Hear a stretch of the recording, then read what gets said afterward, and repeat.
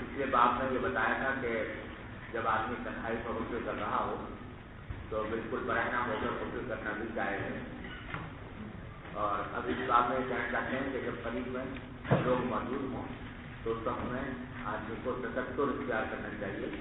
یعنی کوئی درمیان میں کوئی پردہ وغیرہ ہو تب دوسروں کے سامنے نہ ہو. تو اس میں حضرت ام ہانی رضی اللہ تعالیٰ عنہا کی حدیث نقل کی ہے. وہ فرماتی ہیں کہ میں رسول کریم صلی اللہ علیہ وسلم کی خدمت میں گئی فتح مکہ سے تو وجدتہ یغتسل, تو میں نے آپ کو پایا کہ آپ غسل فرما رہے تھے. فاطمہ رضی اللہ عنہا تستر, اور حضرت فاطمہ ان کو چھپائے ہوئے تھی, یعنی پردہ لیے ہوئے کھڑی تھی اور حضرت صلی اللہ علیہ وسلم پردے کے پیچھے نہا رہے تھے. پھر آپ نے اسی وقت پوچھا کہ من حاضری کہ کون عورت آئی ہے, تو میں نے کہا کہ میں ام ہانی آئی. تو اس سے معلوم ہوا کہ آپ نے پردے کے پیچھے نہایا. جی وبه قال حدثنا عبدان قال غسل کرتے ہوئے بات کرنا غسل خانے میں, ہاں یہ اس سے معلوم ہوتا ہے کہ جائز ہے, کیونکہ حضور اکرم صلی اللہ علیہ وسلم نے سب پوچھا. جی وبه قال حدثنا عبدان قال اخبرنا عبد الله قال اخبرنا سفيان عن الاعمش عن سالم بن ابي جعد عن قريب عن ابن عباس عن ميمونة رضي الله عنها وعنه قالت سترت النبي صلى الله عليه وسلم وهو يغتسل من الجنابة فغسل يديه ثم صب بيمينه على شماله فغسل فرجه وما اصابه ثم مسح بيمينه على الحائط او الارض ثم توضأ وضوءه للصلاة غير رجليه ثم افاض على جسده الماء ثم تنحى فغسل قدميه. تابعه ابو عوانة وابن فضيل في الستر. باب إذا احتلمت المرأة. وبه قال حدثنا عبد الله بن يوسف قال أخبرنا مالك عن هشام بن عروة عن أبيه عن زينب بنت أبي سلمة عن أم سلمة أم المؤمنين رضي الله عنها وعنهم أنها قالت جاءت أم سليم مراد أبي طلحة إلى رسول الله صلى الله عليه وسلم فقالت يا رسول الله إن الله لا يستحي من الحق هل على امرأة من غسل إذا هي احتلمت؟ فقال رسول الله صلى الله عليه وسلم نعم إذا رأت الماء. باب عرق الجنوب وأن المسلم لا ينجس. وبه قال حدثنا عبد بن عبد الله قال حدثنا يحيى قال حدثنا حمير قال حدثنا بكر عن ابي رافع عن ابي هريره رضي الله عنه وعنهم ان النبي صلى الله عليه وسلم لقيه في بعض طريق المدينه وهو جنوب فانتجست منه فذهبت فاغتسلت ثم جاء فقال اين كنت يا ابا هريره؟ قال كنت جنبا فكرهت ان اجالسك وانا على غير طهاره. قال سبحان الله ان المؤمن لا ينجس. اس باب میں بتانا مقصود ہے کہ جنوبی کا پسینہ ناپاک نہیں ہوتا, اور یہ بات کہ مسلمان نجس نہیں ہوتا, یعنی جنابت کی حالت میں بھی اس کا جسم جو ہے وہ پاک ہی رہتا ہے اور جسم نجس نہیں ہوتا. یعنی وہ نجاست جو ہوتی ہے جنابت میں وہ نجاست حکمیہ ہے, حقیقیہ نہیں ہے. اس میں جب وہ رہا کہ حدیث رکھتی ہے کہ نبی کریم صلی اللہ علیہ وسلم ان سے ملے مدینہ منورہ کے راستے میں, وہ جب سے حضرت ابو ہریرہ عالم جنابت میں تو حضرت ابو ہریرہ فرماتے ہیں کہ یہاں لکھا ہوا من تجسس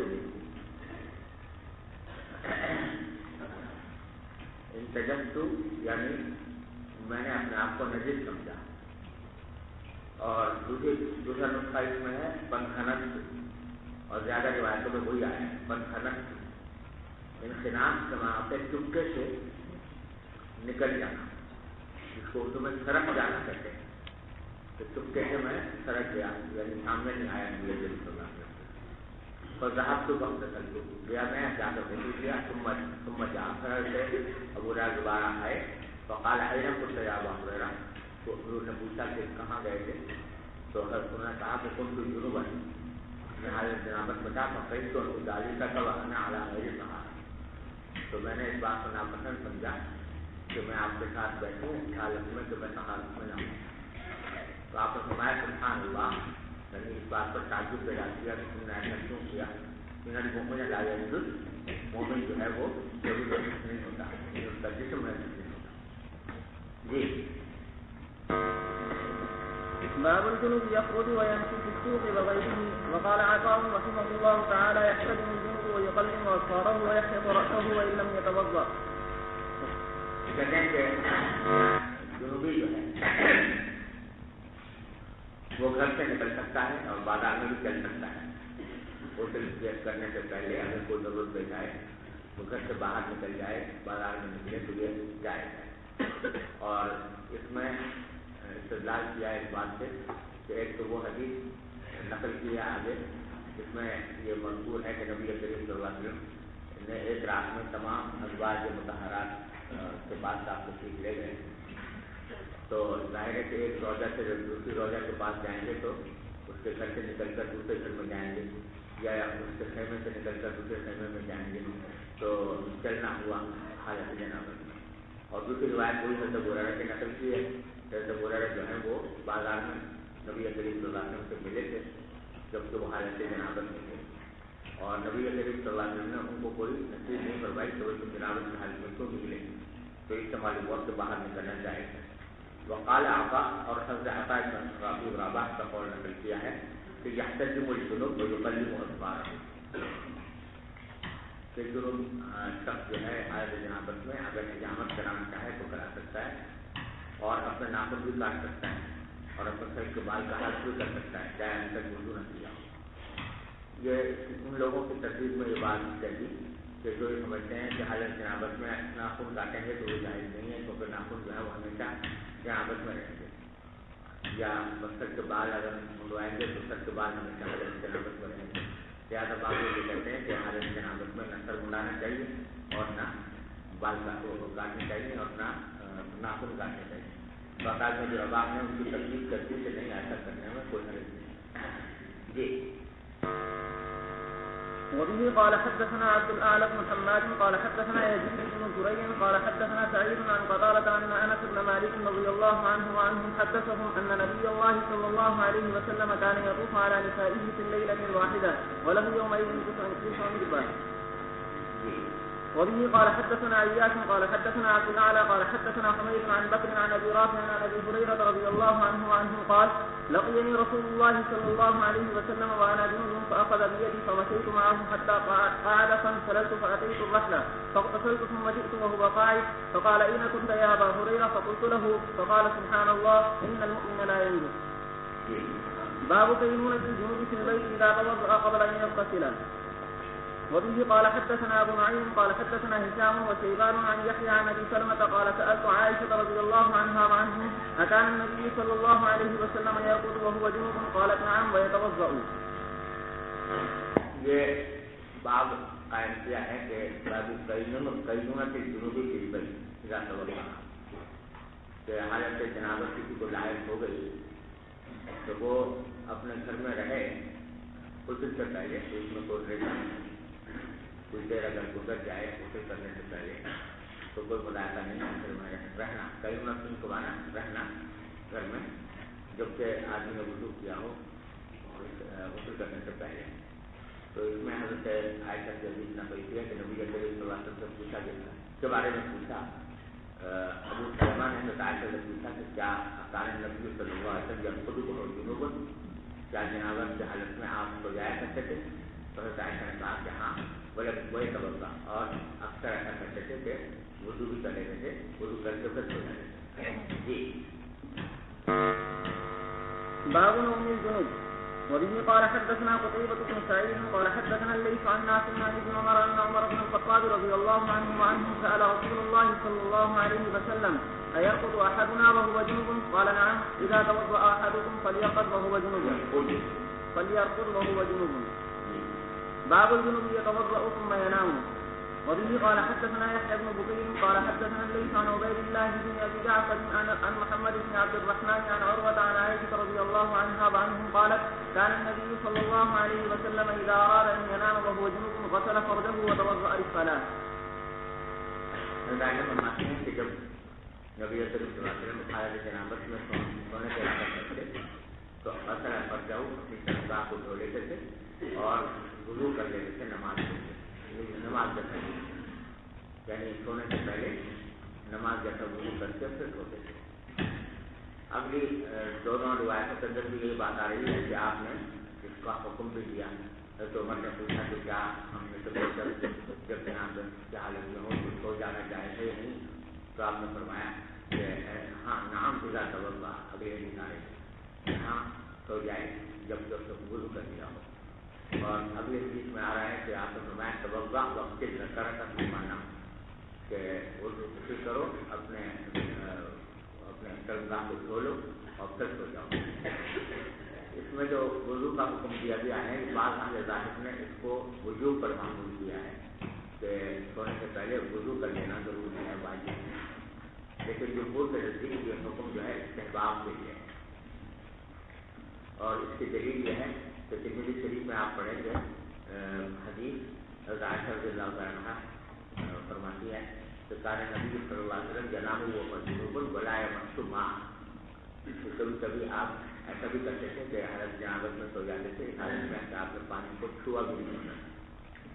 تو اس سے معلوم ہوا کہ اکثر تو آپ وضو فرما لیتے تھے لیکن کبھی کبھی بغیر وضو سے بھی سو جایا کرتے تھے. تو اگر بالکل واجب ہوتا تو آپ کبھی بھی ترک نہ فرماتے. تو اس سے معلوم ہوا کہ کیا ہے. اور یہ آپ ترمذی میں پڑھیں گے کہ یہ حدیث جو ہے لا یمس ماء والی, اس کے اوپر بعض محدثین نے کلام کیا ہے کہ یہ ابو اسحاق سبیلی کا تفرد ہے اور تفرد ہونے کی وجہ سے اور انہوں نے بات ہوا ہے اس میں, لیکن یہ بات صحیح نہیں ہے. اس لیے کہ ان کو جو بہانے کا شبہ ہوا کہ ابو اسحاق سبیلی کو بہم ہوا وہ اس وجہ سے کہ دوسری روایت میں عائشہ خود فرماتی ہیں کہ وضو کر کے سوتے تھے. تو لا یمس ماء والی حدیث کو انہوں نے وضو والی حدیث کے خلاف سمجھا. حالانکہ خلاف کوئی ہے نہیں, یہ ہو سکتا ہے کہ کبھی اکثر آپ وضو فرماتے ہوں اور کبھی بغیر وضو کبھی سو جاتے ہیں. اس لیے محض اس بنا پر یہ کہنا کہ یہ حدیث صحیح نہیں ہے یہ درست ہے. حدیث وہ بھی صحیح ہے اس کے لائے مسلمان, لیکن کبھی آپ ایسا کرتے تھے اور کبھی وضو کر کے سوتے تھے. تو اس سے جمہور نے یہی استدلال کیا ہے کہ وضو کرنا کیا ہے مستحب. جی وبه قال حدثنا موسى بن اسماعيل قال حدثنا جويرية عن نافع عن عبد الله بن عمر قال استفتى عمر النبي صلى الله عليه وسلم أينام أحدنا وهو جنوب قال نعم إذا توضأ. وبه قال حدثنا عبد الله بن يوسف قال أخبرنا مالك عن عبد الله بن دينار عن عبد الله بن عمر رضي الله عنه أنه قال ذكر عمر بن الخطاب لرسول الله صلى الله عليه وسلم أنه تصيبه الجنابة من الليل فقال له رسول الله صلى الله عليه وسلم توضأ واغسل ذكرك ثم نم. باب إذا التقى الختانان. وبه قال حدثنا معاذ بن فضالة قال حدثنا هشام قال وحدثنا ابو نعيم عن هشام عن قتادة عن الحسن عن ابي رافع عن ابي هريرة رضي الله عنه وعنه عن النبي صلى الله عليه وسلم قال اذا جلس بين شعبها الاربع ثم جهدها فقد وجب الغسل. تابعه عمرو عن شعبة وقال موسى حدثنا ابان قال حدثنا قتادة قال اخبرنا الحسن مثله قال ابو عبد الله هذا اجود وانقذ وانما بين الحديث الاخر لاختلافهم والغسل احمد. یہاں یہ مسئلہ ذکر کیا ہے جو پہلے بھی گزر گیا ہے. تو مجرد ارتقاء ختانے سے غسل واجب ہو جاتا ہے چاہے انزال ہو یا نہ ہو. اور اس میں حضرت ابو ہریرہ رضی اللہ عنہ کی حدیث نقل کی ہے کہ نبی کریم صلی اللہ علیہ وسلم نے فرمایا کہ جلس بین شعبها الاربع, جب کوئی شخص بیٹھے عورت کی 4 شاخوں کے درمیان. شعبہ کی جمع ہے, شعبہ سے میں شاخ سے کرتے ہیں اور مراد ہے ہاتھ پاؤں, 2 ہاتھ اور 2 پاؤں. جب اس کے درمیان بیٹھے اور یہ کنایا ہے ارادہ دماغ سے. تو ثم جہدہا, تو جہد کے معنی ہوتا ہے کوئی محنت کرنا یا مشقت کرنا. تو کچھ مطلب یہ کہ محنت کرے یا زور لگائے مراد ہے اس سے ادخال، کہ جب ادخال کر لے تو وجب الغسل تو غسل واجب ہو جاتا ہے، یعنی انزال ہو یا نہ ہو مجرد دخول سے غسل واجب ہو جاتا ہے۔ تو کہتے ہیں صحابہ ابو عمرو الشعبہ وقال موسیٰ حدثنا ابان قال حدثنا قتادہ قال اخبرنا حسن بن مسلم۔ آگے امام بخاری فرماتے ہیں ابو قال ابو عبداللہ ھذا اجود اوسط، یہ حدیث جو ہے زیادہ جید ہے اور زیادہ مؤکد ہے، یعنی عمل اسی پر ہے جس سے جب دخول ہو جائے تو غسل واجب ہو جاتا ہے، چاہے انزال ہوا ہو یا نہ ہوا ہو۔ وإنما بينا الحديث الآخر بالاختلاف، اور جو آگے حدیث آ رہی ہے وہ ہم نے بیان کی ہے میں اس وجہ سے کہ شروع میں تابع کے اختلاف کے درمیان اس مسئلے میں تھوڑا سا اختلاف تھا، تو اس اختلاف کو ظاہر کرنے کے لیے حضرت عثمان رضی اللہ عنہ کی حدیث جو پہلے بھی گزری ہے وہ آگے ہم نے بیان کرتی ہے، لیکن عمل جو ہے وہ اس حدیث پر ہے، عائشہ کے اختلاف ہی والغسل احوط، اور غسل جو ہے وہ احوط ہے، زیادہ احتیاط کا تقاضا ہے۔ یہاں پر یہ سمجھ لینا کہ احتیاط یہاں پر کہہ رہے ہیں امام بخاری، اس کا مطلب یہ نہیں ہے کہ جائز وہ بھی ہے کہ آدمی غسل نہ کرے اور احتیاط یہ ہے کہ غسل کر لے، یہ مراد نہیں ہے، بلکہ احتیاط کی دو قسمیں ہوتی ہیں۔ ایک احتیاط تو یہ ہے کہ ایک عمل دوسرا عمل بھی جائز ہے مگر احتیاطاً آدمی ایک دوسرا عمل کر لے، اور ایک احتیاط اجتہادی ہوتی ہے۔ احتیاط اجتہادی کا مطلب یہ کہ دلائل کا تعارف ہے، ایک دلیل جو ہے وہ دلالت کر رہی ہے کسی عمل کی علت پر اور دوسری دلیل دلالت کر رہی ہے کسی عمل کی حرمت پر، تو اس صورت میں اجتہادی احتیاط یہ ہے کہ حرمت کے دلائل پر عمل کیا جائے، اور جب ایک مرتبہ احتیاط اجتہادی کر لی جائے گی تو اس سے حرمت بھی ثابت ہوگی اور دوسرا عمل جائز نہیں ہوگا، سمجھ گئے؟ یہاں پر یہ حدیثیں دو قسم کی ہیں، بعض سے معلوم ہوتا ہے کہ انزال کے بغیر غسل واجب نہیں ہوتا، جیسے کہ آگے عثمان کی حدیث آ رہی ہے، اور بعض حدیث سے معلوم ہوتا ہے کہ انزال کے بغیر بھی غسل واجب ہو جاتا ہے۔ تو اس میں احتیاط کا تقاضا یہ ہے کہ ان احادیث پر عمل کیا جائے جس میں بغیر انزال کے غسل کے واجب ہونے کا ذکر ہے، اور جب ان کو اختیار کر لیا گیا تو اب بغیر غسل کے رہنا جائز ہے، سمجھ گئے؟ یہ احتیاط اجتہادی جی۔ باب غسل ما يصيب من فرج المرأة. وبه قال حدثنا أبو معمر قال حدثنا عبد الوارث عن الحسين المعلم قال يحيى وأخبرني أبو سلمة عن عطاء بن يسار أخبره أن زيد بن خالد الجهني أخبره أنه سأل عثمان بن عفان رضي الله عنه فقال أرأيت إذا جامع الرجل امرأته فلم ينوي؟ فقال عثمان رضي الله عنه يتوضأ كما يتوضأ للصلاة ويغسل ذكره. فقال عثمان سمعته من رسول الله صلى الله عليه وسلم فسألت عن ذلك علي بن أبي طالب والزبير بن العوام وطلحة بن عبيد الله وأبي بن كعب فأمروه بذلك. وأخبرني أبو سلمة أن عروة بن زبير أخبره أن أبا أيوب أخبره أنه سمع ذلك من رسول الله صلى الله عليه وسلم. وبه قال حدثنا اور اس میں حضرت عثمان نے حکم یہ دیا کہ جب انزال نہ ہو تو غسل واجب نہیں، اور بعض مطلب کہتے ہیں عروہ کو میں نے خالد کہتے ہیں کہ میری بعد میں شادی سے اور حضرت زبیر حضرت طلحہ اور کوئی مطاب سے بھی پوچھا تو انہوں نے یہ حکم دیا، تو یہ زمانے کے بعد جب شروع میں خلاف تھا تابع جہاں پھر حضرت عمر رضی اللہ عنہ نے صحابہ کرام کا اجتماع کسی مسئلے پر گفتگو کے لیے بلایا، اور پھر بعد میں لڑکیاں طلباء کے مقررات سے معلومات کی جائیں، تو حضرت عائشہ رضی اللہ تعالیٰ عنہ نے پھر جب وہ حدیث بتائی جو اوپر گزری ہے تو پھر صحابہ اس پر متفق ہو گئے۔ یہ مسئلہ تو پہلے گزر گیا تھا، یہاں پر جو امام بخاری نے اس پر باب قائم کیا ہے وہ یہ کہ عورت کی فرج کا وہ رطوبت اگر انسان کے جسم پر لگ جائے تو اس کو دھونا واجب ہے، یعنی وہ رنجش وہ بتانا مقصود ہے رطوبت فرج کی نجاست،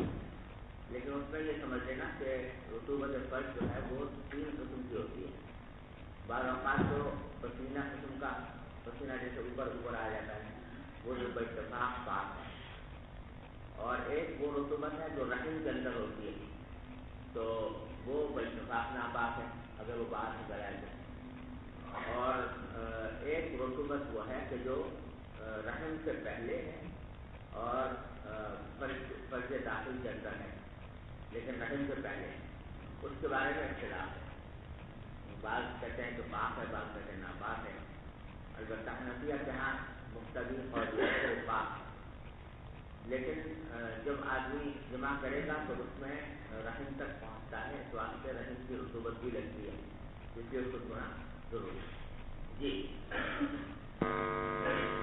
وبه قال حدثنا مسدد قال حدثنا يحيى عن هشام بن عروة قال أخبرني أبي قال أخبرني أبو أيوب قال أخبرني أبي بن كعب أنه قال يا رسول الله إذا جامع الرجل المرأة فلم ينزل قال يغسل ما مس المرأة منه ثم يتوضأ ويصلي. قال أبو عبد الله الغسل أحمد وذلك الآخر إنما بيناه لاختلافهم بالماء والنقاب.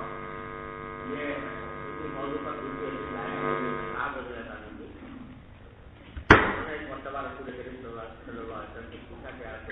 جامع رجل المرأة، اگر جامعات کرے کوئی فلم ينزل اور انزال نہ ہو تو کیا کرے؟ تو آپ نے فرمایا یغسل ما مس المرأة،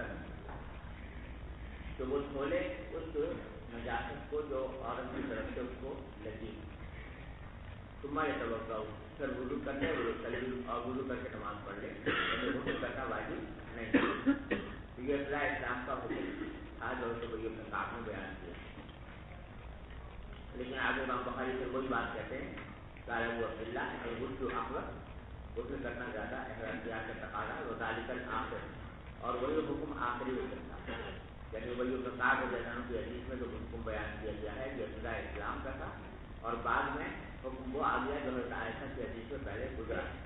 انما بینہ والاختلافی، اور ہم نے یہاں پر جو حدیث کی تصریح ہوگی جو نکاح کی یہ لوگوں صحابہ کرام کے اختلاف کو بیان کرنے کے لیے کی ہے، والماء انفا، اور پانی کا استعمال جو ہے وہ زیادہ صفائی کا سبب ہے، لہذا وہی استعمال کرنا چاہیے، یعنی چاہے انزال نہ ہو سکتی اسے کرنا واجب۔ جی بسم الله الرحمن الرحيم. كتاب الحيض. وقول الله تعالى ويسألونك عن المحيض قل هو أذى فاعتزلوا النساء في المحيض ولا تقربوهن حتى يطهرن فإذا تطهرن فأتوهن من حيث أمركم الله إن الله يحب التوابين ويحب المتطهرين. باب كيف كان بدء الحيض. وقول النبي صلى الله عليه وسلم هذا شيء كتب الله على بنات آدم. وقال بعضهم كان أفضل ما أرسل الحيض على بني إسرائيل. قال أبو عبد الله وحديث النبي صلى الله عليه وسلم أكثر.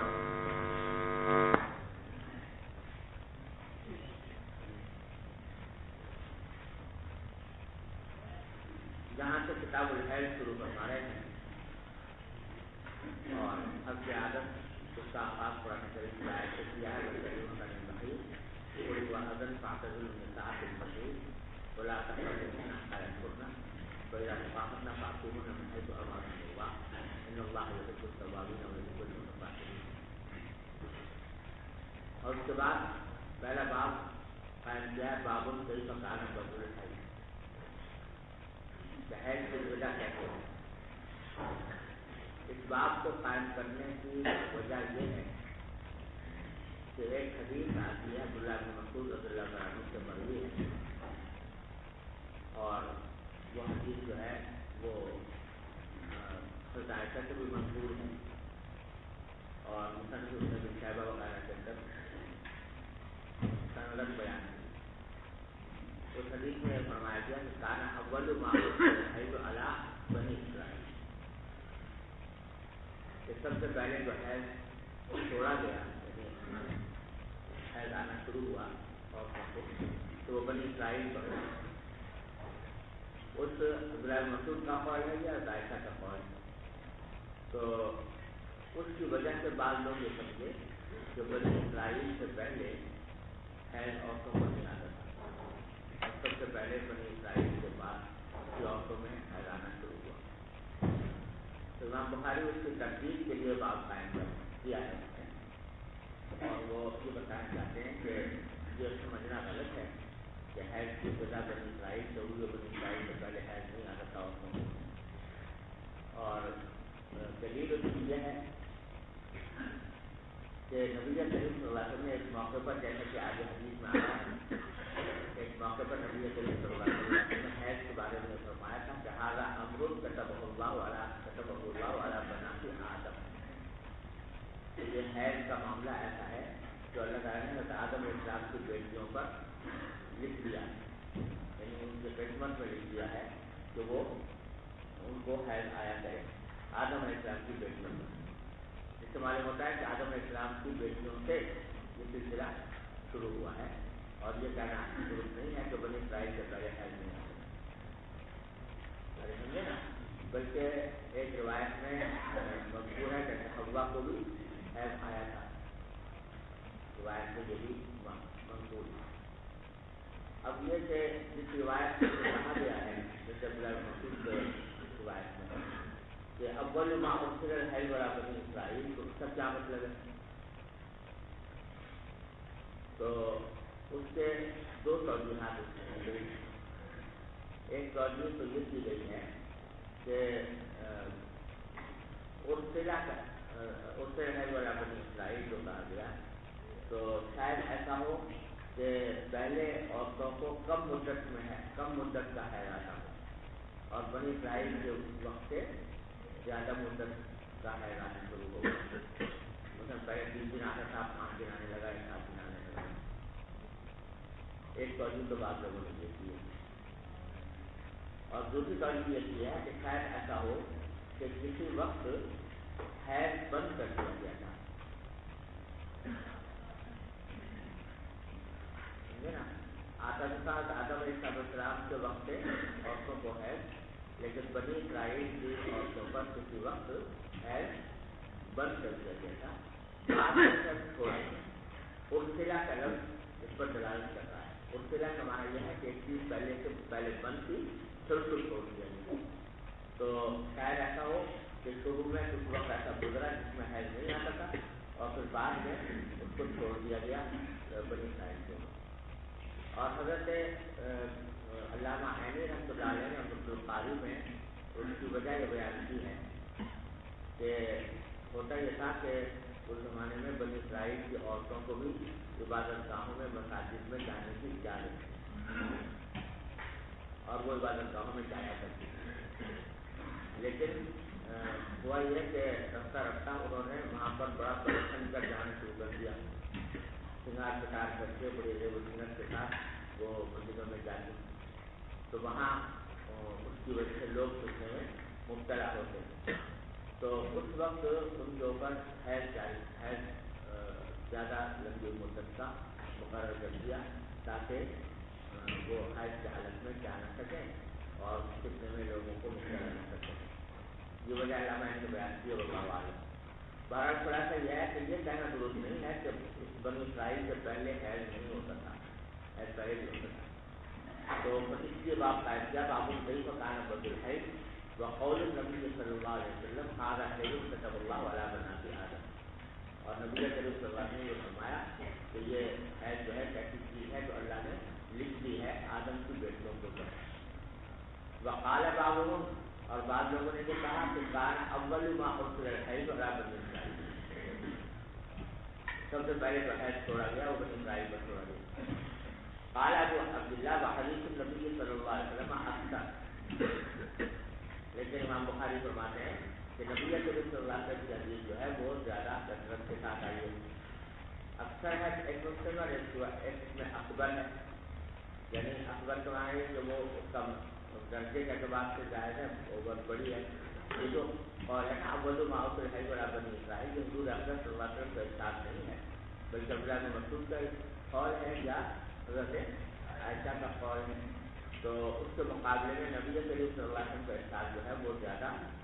درجے میں بلند ہے، لہٰذا وہ بھی صحیح ہے، اور اس میں آپ نے یہ فرمایا ہے کہ آدم علیہ السلام کی بیٹیوں پر اللہ نے یہ مقرر کر دیا ہے، لہذا معلوم ہوا کہ آدم علیہ السلام کے وقت سے یہ چلا آتا ہے، بنو اسرائیل کے زمانے کے ساتھ خاص ہے۔ جی وبه قال حدثنا علي بن عبد الله قال حدثنا سفيان قال سمعت عبد الرحمن بن القاسم قال سمعت القاسم يقول سمعت عائشة رضي الله عنها وعنهم تقول خرجنا لا نرى إلا الحج فلما كنا بصريفة حيث فدخل علي رسول الله صلى الله عليه وسلم وأنا أبكي فقال ما لك أنا قلت نعم قال إن هذا أمر كتبه الله على بنات آدم فاقضي ما يقضي الحاج غير أن لا تطوفي بالبيت قالت وضحى رسول الله صلى الله عليه وسلم عن نسائه بالبقر. حضور اکرم صلی اللہ علیہ وسلم کا قول نقل کیا تھا نا کہ هذا أمر كتبه الله على بنات آدم، یہ کس موقع پر فرمایا تھا اس کے لیے حدیث ہے، اور یہ حدیث میں عائشہ کی حدیث ہے جس میں انہوں نے حج کا واقعہ حجۃ الوداع کا واقعہ بیان کیا ہے، اور یہ بخاری میں 10 جگہ پر ہے، بہت مقامات پر آئی ہے، کہیں مختصر کہیں مفصل۔ یہاں پہلی بار آ رہی ہے تو حضرت عائشہ فرماتی ہیں کہ خرجنا لا نرى الا الحج، ہم نکلے یعنی مدینہ منورہ سے نکلے اور ہمارے خیال میں کوئی نہیں تھا کچھ مگر حج کرنا، لا نرى الا الحج، ہم نکلے اس حالت میں کہ ہم نہیں، ہمارا خیال نہیں تھا مگر حج کا۔ یہ آپ سمجھے نا، نورا جو ہے مجہول کا صیغہ ہے اور یہ نظم کے معنی میں آتا ہے، پورا کا معنی کیا ہوئے اظن، نورا نظن، تو قلنا لا نظن الا الحج، یعنی ہمارے گمان نہیں تھا مگر حج کا۔ ارے سمجھ رہے ہو، اس سے امام شافعی وغیرہ نے یہ استدلال کیا ہے کہ حضور اکرم صلی اللہ علیہ وسلم نے جو حج فرمایا تھا حجۃ الوداع کے موقع پر وہ افراد تھا، کیونکہ عائشہ کہہ رہی ہیں کہ لا نرى الا الحج،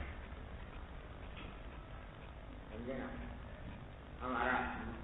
ارادہ نہیں تھا یا ہمارے خیال میں نہیں تھا مگر حج، تو یہ استدلال کیا کہ حضور کا وہ حج افراد کا ہے۔ لیکن جمہور وہ حنفیہ یہ کہتے ہیں کہ وہ حج وہ قران، آپ میں احرام قران کا باندھا تھا، اور یہ بات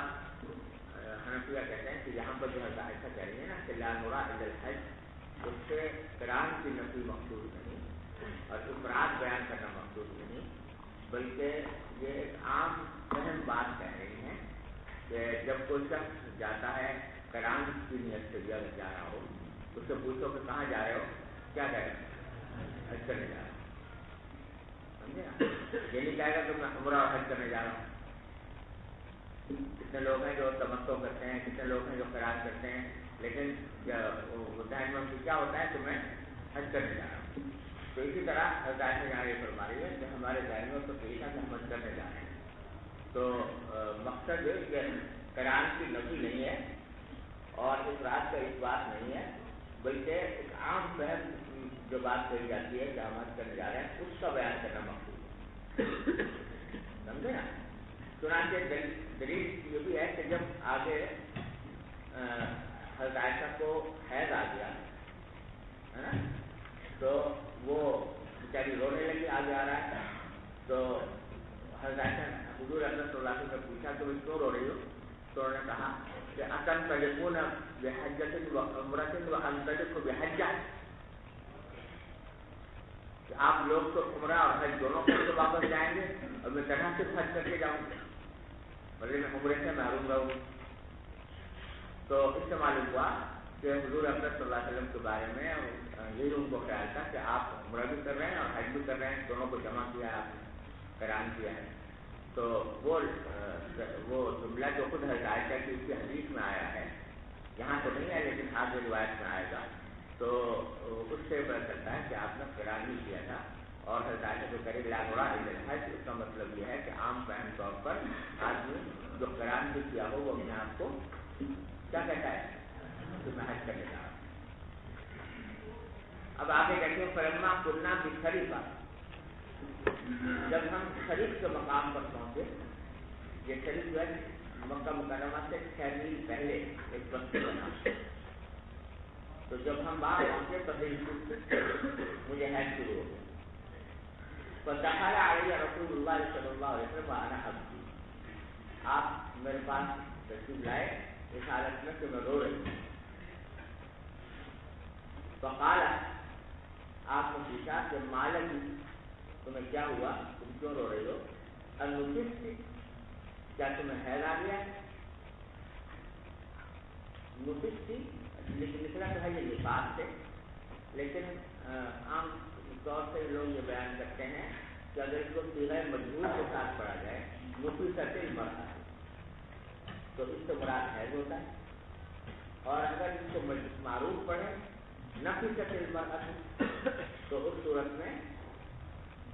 یہ نفاس کے معنی میں ہوتا ہے. سمجھے نا, نفست المرأة کے معنی اور اب سے نفاس آ گیا, اور نفست اگر کہیں تو حیض آ گیا. یہ فرق بیان کیا ہے بعض لیکن صحیح بات یہ ہے کہ مجبور ہو یا معروف ہو یہ دونوں حیض کے معنی میں بھی استعمال ہوتے ہیں اور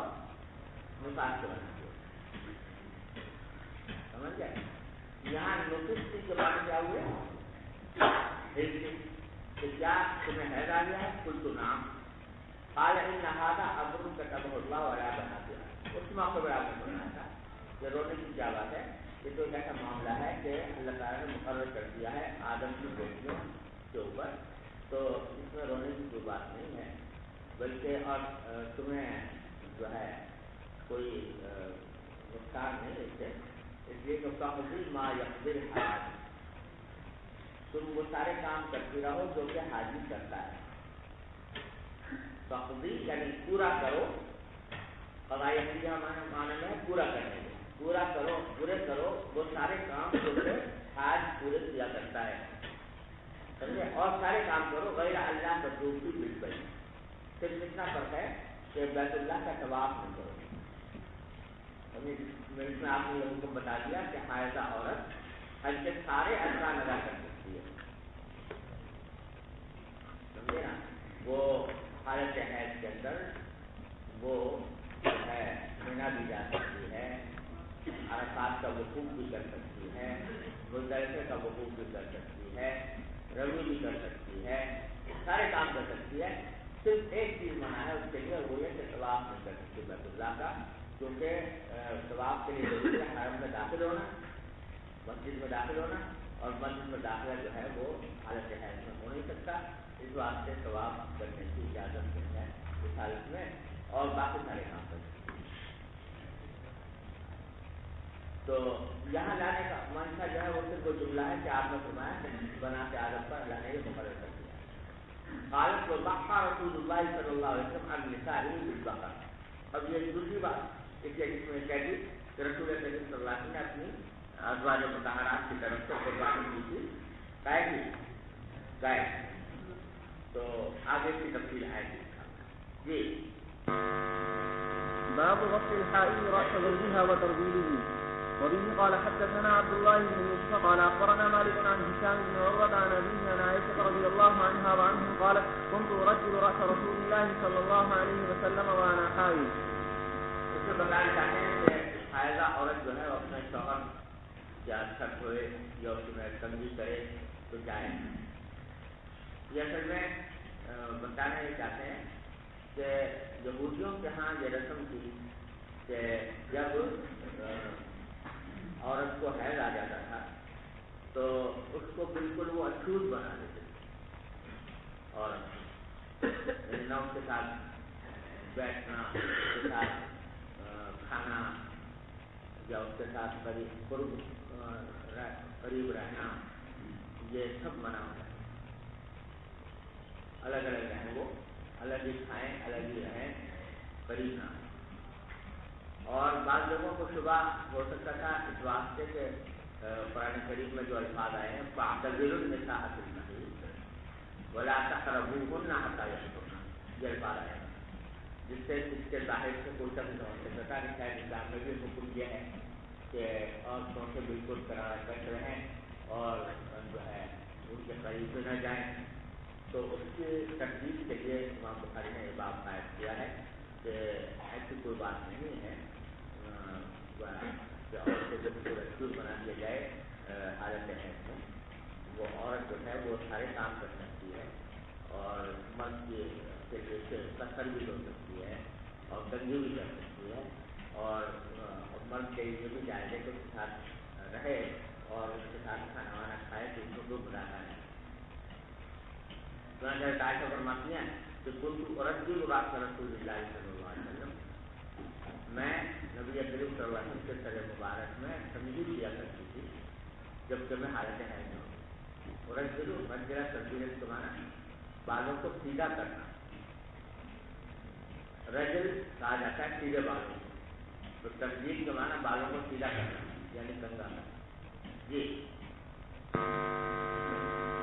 وبه قال حدثنا ابراهيم بن موسى قال اخبرنا هشام بن يوسف ان ابن جريج اخبرهم قال اخبرني هشام بن عروة عن عروة انه سئل تخطب الحائض وتدنو مني المرأة وهي جنب فقال عروة كل ذلك علي هين وكل ذلك تخطبني وليس على احد في ذلك بأس. اخبرتني عائشة رضي الله عنها انها كانت ترجل رسول الله صلى الله عليه وسلم وهي حائض، ورسول الله صلى الله عليه وسلم حينئذ يجابر في المسجد تبني لها رأسه وهي في حجرتها فترجله وهي حائض. ہشام بن عروہ روایت کرتے ہیں عروہ بن زبیر سے انہ سئل، عروہ بن زبیر سے پوچھا گیا کہ اتخدمنی الحائض، کہ کیا حائضہ عورت میری خدمت کر سکتی ہے؟ او قال او تدنو منی المرأة وہی جنوب، اور دوسرا سوال یہ کیا کہ کیا عورت میرے قریب آ سکتی ہے جبکہ وہ حالت جنابت میں ہو؟ تو حضرت عروہ نے فرمایا کل ذالک علیہ حج، یہ ساری باتیں میرے اوپر بڑی آسان ہیں۔ انہوں نے سمانا یہ ہے کہ یہ بالکل جائز ہے، اس میں کوئی کراہت وغیرہ بھی نہیں ہے کہ حالت حیض میں یا حالت جنابت میں عورت میرے قریب آئے۔ وکل ذالک تخدمنی، یا کل ذالک تخدمنی، کہ ان سب طریقوں سے عورت جو ہے میری خدمت کر سکتی ہے، یعنی حالت حیض میں اور حالت جنابت میں ان سب طریقوں سے میری خدمت کر سکتی ہے کہ میرے قریب آئے، میرے بالوں میں تنظیم کرے، میرا سر دھوئے یا کوئی قسم کا کام کرے، یہ بڑی تعالیٰ حاضر کی جانے کا بات ہے اور کسی شخص کے اوپر اس میں کوئی حرج نہیں ہے۔ وجہ بیان فرمائی کہ اخبرت میں عائشہ عروہ کہتے ہیں کہ مجھے عائشہ نے یہ بتایا ہے انہا کانت ترجل رسول اللہ صلی اللہ علیہ وسلم وہی حائض، کہ وہ بالوں میں تنظیم کیا کرتی تھی رسول کریم صلی اللہ علیہ وسلم سے جبکہ وہ خود حالت حیض میں ہوتی، ورسول اللہ صلی اللہ علیہ وسلم حینئذ مجاور فی المسجد، جبکہ آپ اس وقت اعتکاف میں ہوتے تھے۔ مجاور تو ہے معتکف، جاور مجاورت ہے، اس کے لیے معنی ہوتے ہیں کسی کے پڑوس میں ہونا، اور مجاورت جب مسجد کی ہو تو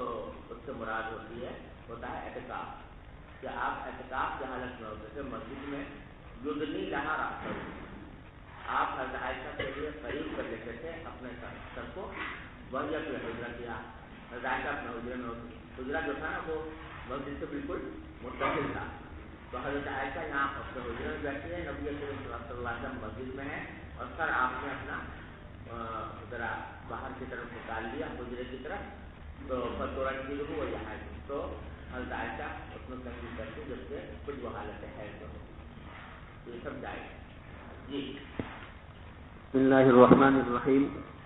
باب قراءة الرجل في حجر امرأته وهي حائض، وكان أبو وائل يرسل خادمه وهي حائض إلى أبي رزين فتأتيه بالمصحف فتمسكه بعلاقته. وبالسند المتصل منا إلى الإمام الهمام حافظ الحجة أمير المؤمنين في الحديث أبي عبد الله محمد إسماعيل البخاري رحمه الله تعالى ومتعنا بعلومه وفيوزه وبركاته آمين. قال حدثنا أبو نعيم الفضل بن دكين سمع زهيرا عن منصور بن صفية أن أمه حدثته أن عائشة رضي الله عنها وعنهم حدثتها أن النبي صلى الله عليه وسلم كان يتجه في حجري وأنا حائض ثم يقرأ القرآن.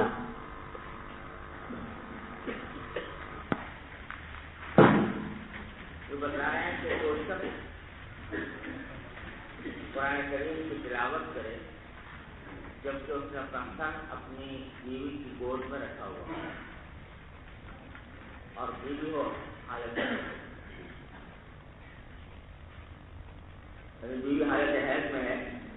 اور اس کسی شخص نے اپنا سر رکھا ہوا ہے اس کی گود میں، تو نہ صرف یہ کہ ایسا کرنا جائز ہے کہ گود میں سر رکھے، بلکہ اس حالت میں اگر قرآن کریم کی تلاوت بھی کرے تو کرنا جائز ہے۔ چنانچہ حضرت عائشہ صدیقہ رضی اللہ عنہا کی حدیث آپ لا رہے ہیں، جس میں حضرت عائشہ نے فرمایا کہ بعض اوقات آپ نے اپنا سر مبارک بڑی آغوش میں رکھا ہوا ہوتا تھا اور اسی حالت میں آپ تلاوت بھی فرماتے تھے۔ ایک بات تو یہ ہو گئی جو متفق علیہ ہے، اس میں کسی کا اختلاف ہے۔ وکان ابو بکر یرسل خادمہ وہی حائض الی ابی رزین فتأتیہ بالمصحف فتمسکہ بإلہہ۔ کہتے ہیں کہ حضرت ابو بکر جو تابعین میں سے ہیں وہ اپنی خادمہ کو بھیجتے تھے، وہی حائض، جبکہ وہ خادمہ حالت حیض میں ہوتی تھی، اس کو بھیجتے تھے ابو رزین کے بعد فتأتیہ بالمصحف، تو وہاں سے وہ قرآن کریم کا نسخہ لے کر آتی تھی، فتمسکہ بإلہہ، اور مصحف کو وہ پکڑتی تھی اس کی ڈوری، علاقہ کے معنی ڈوری۔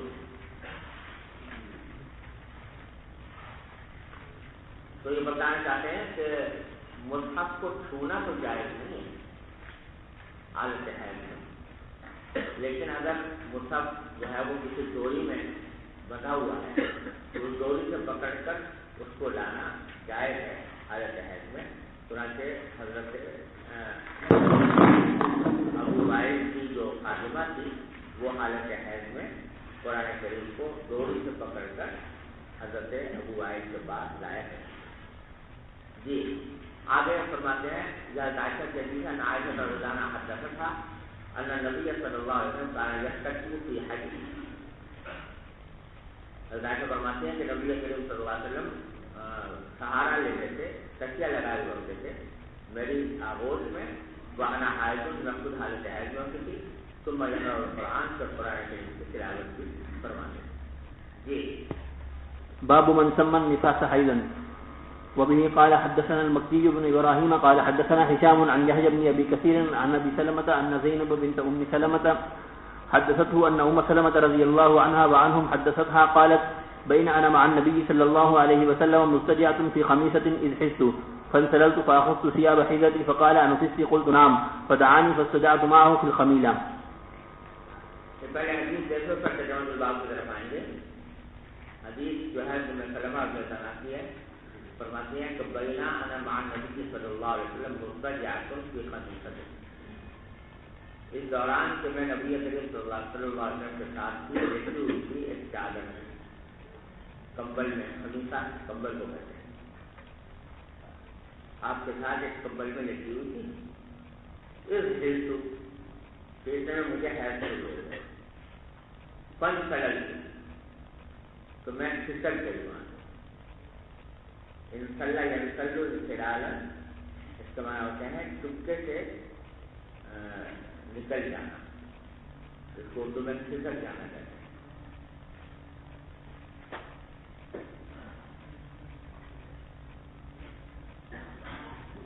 اگر فرض کرو کوئی لیٹا ہوا ہے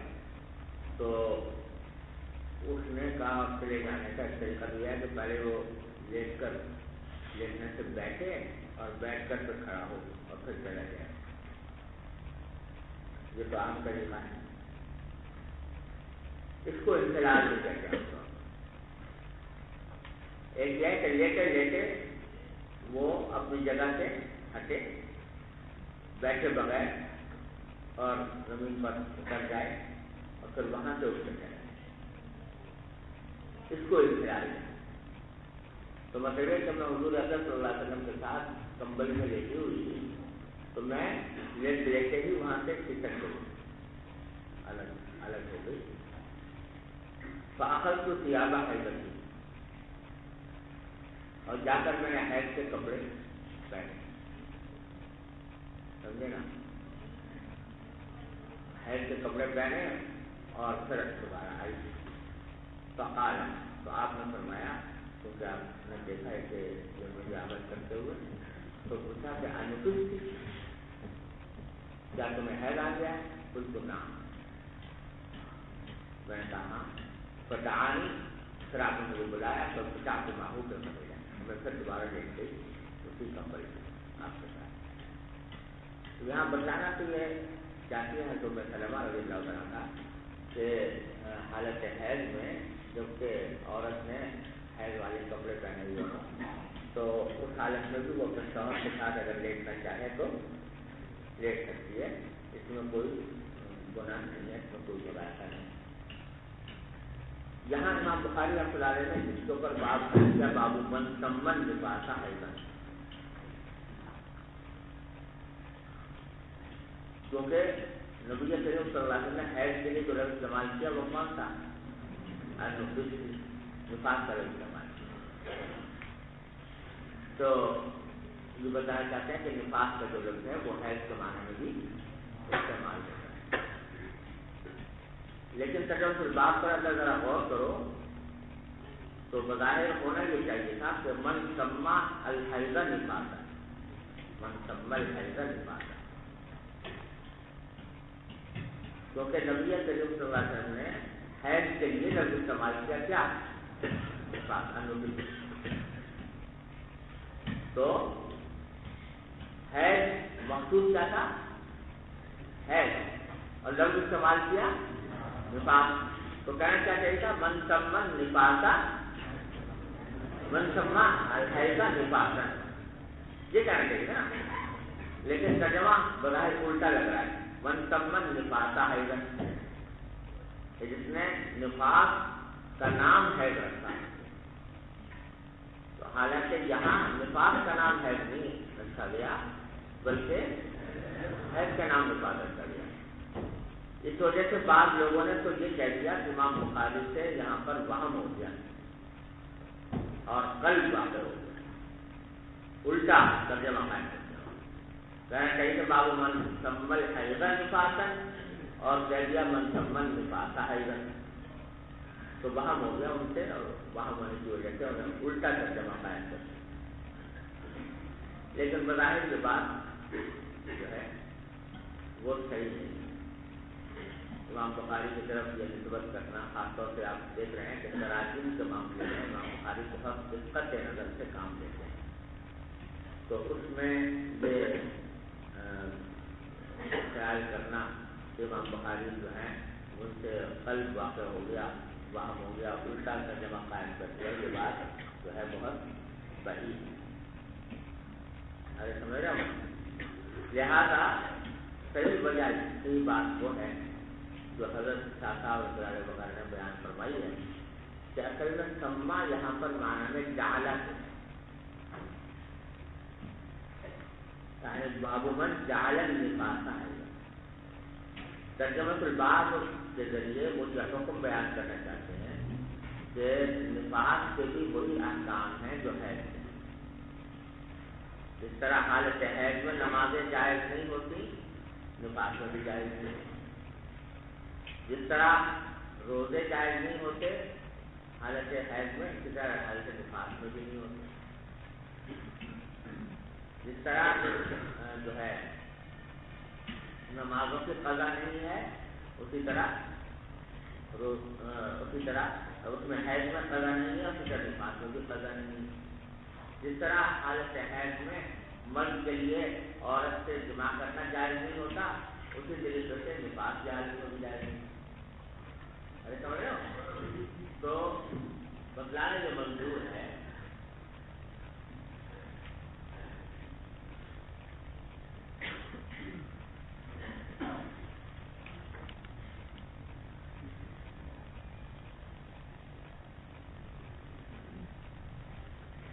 منظور ہے کہ نفاس کے احکام بھی وہی ہیں جو ہے کیا. تو من سمن نفاس حیضا, من جعل النفاس حیضا, کہ ان تک یہ باب اس تک کی دلیل میں قائم کر دیا جا رہا ہے جس نے نفاس کو حیض قرار دیا ہے احکام کے اعتبار سے. نفاس کے بھی وہی احکام قرار دیے ہیں جو حیض کے احکام. یہ ہے بات. اور استدلال کیا ایک بات سے کہ نبی کریم صلی اللہ علیہ وسلم نے حیض کے لیے لفظ نفاس استعمال کیا. تو معلوم ہوا کہ دونوں حکم کے اعتبار سے ایک ہے،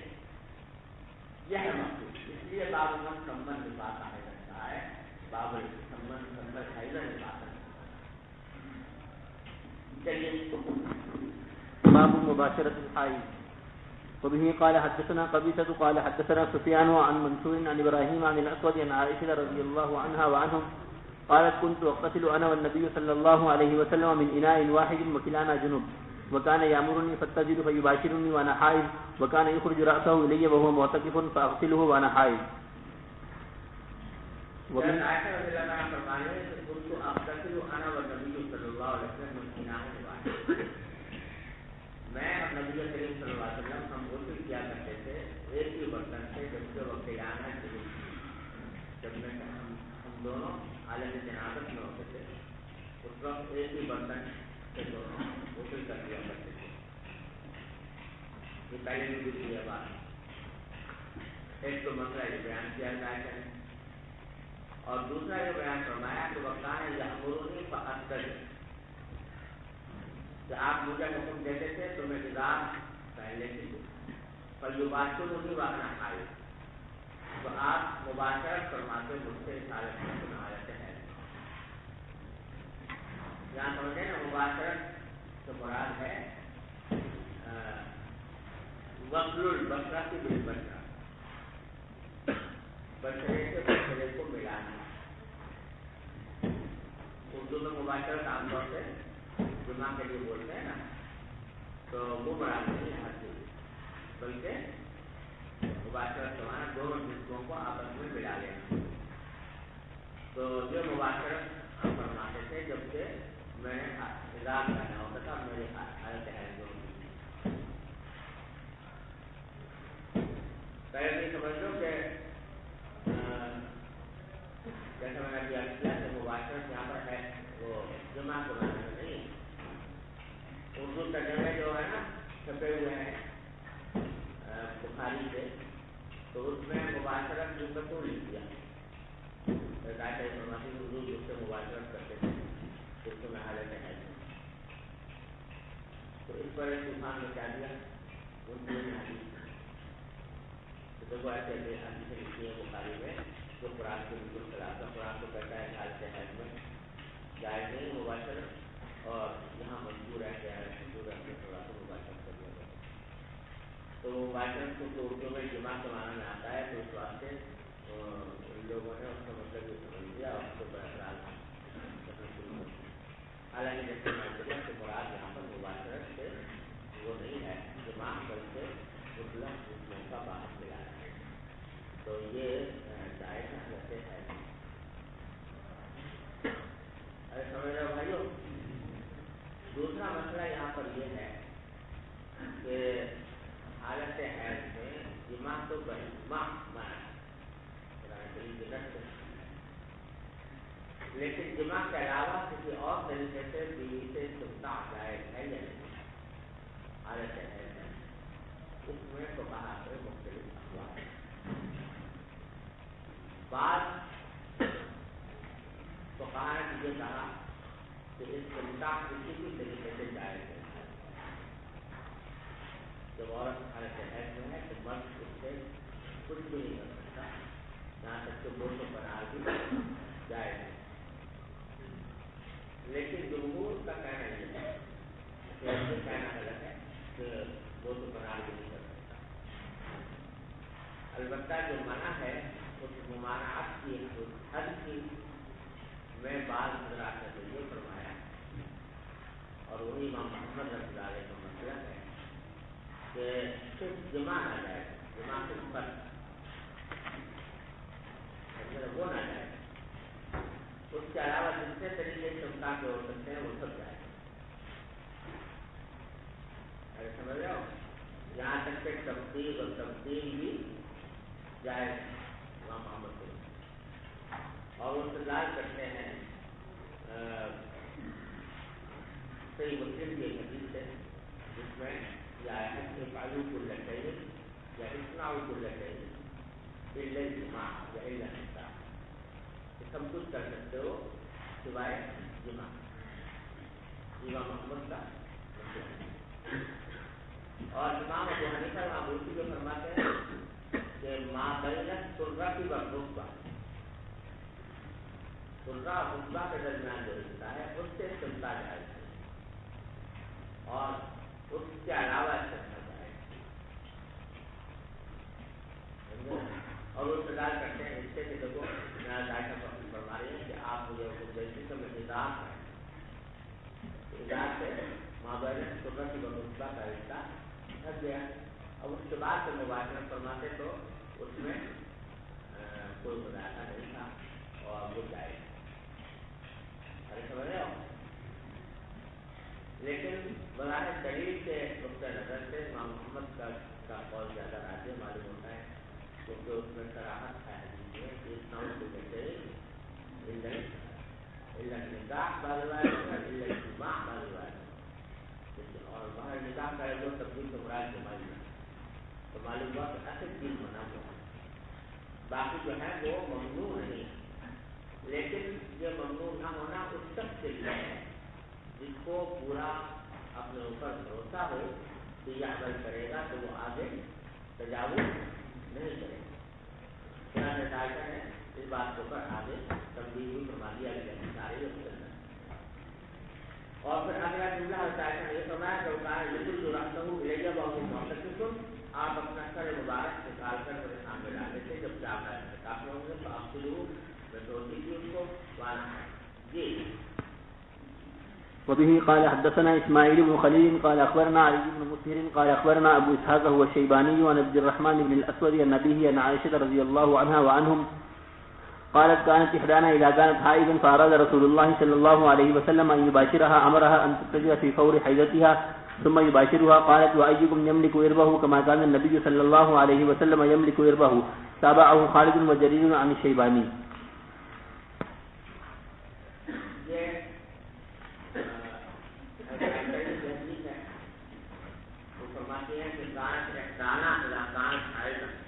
ہم میں سے کوئی عورت جب حالت حیض میں ہوتی ارادہ رسول اللہ صلی اللہ علیہ وسلم مباشرہ اور آپ اس سے مباشرت کا ارادہ فرماتے ہمارا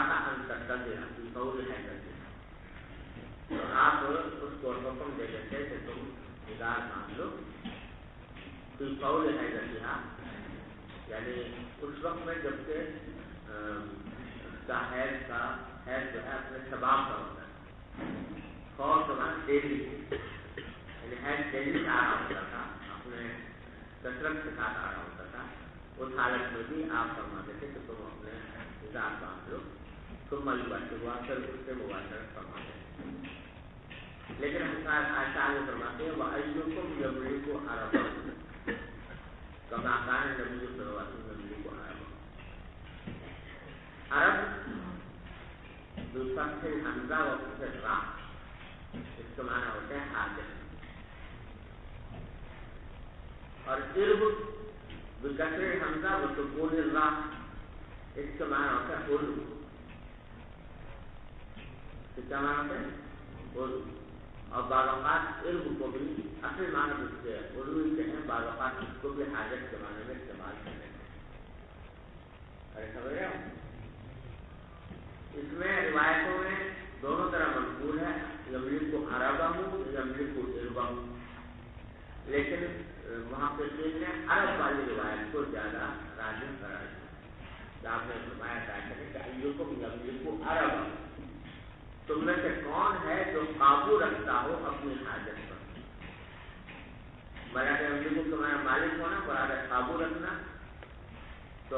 کون ہے جو قابو رکھتا ہو اپنے حاجت پر جیسے کہ نبی کریم صلی اللہ علیہ وسلم قابو رکھتے تھے اپنی حاجت پر۔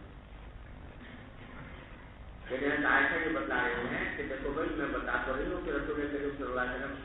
بعض اوقات اس طرح کرتے تھے کہ مباشرت فرما لیا کرتے تھے حالت حیض میں، لیکن یہ یاد رکھنا کہ نبی کریم صلی اللہ علیہ وسلم اپنی نفسانی خواہشات پر جتنا قابو رکھتے تھے کوئی اور اتنا نہیں رکھ سکتا۔ لہٰذا آپ کو یقین تھا کہ میں اگر مباشرت کروں گا تو پھر اس سے آگے تجاوز نہیں کروں گا، لیکن تم لوگ اگر کرو گے تو تمہیں اپنے خواہشات پر اتنا قابو نہیں ہے، تو اس میں اندیشہ ہے کہ کہیں حرام میں مبتلا نہ ہو جاؤ، لہذا ہر آدمی اس لیے کوئی اقدام نہیں کرنا چاہیے اس وقت تک جب تک کہ مجھ کو مکمل یقین نہ ہو کہ میں کسی حرام عمل میں مبتلا نہیں ہوں گا، یعنی آگے بڑھ کر جمع نہیں کرنے لگوں گا،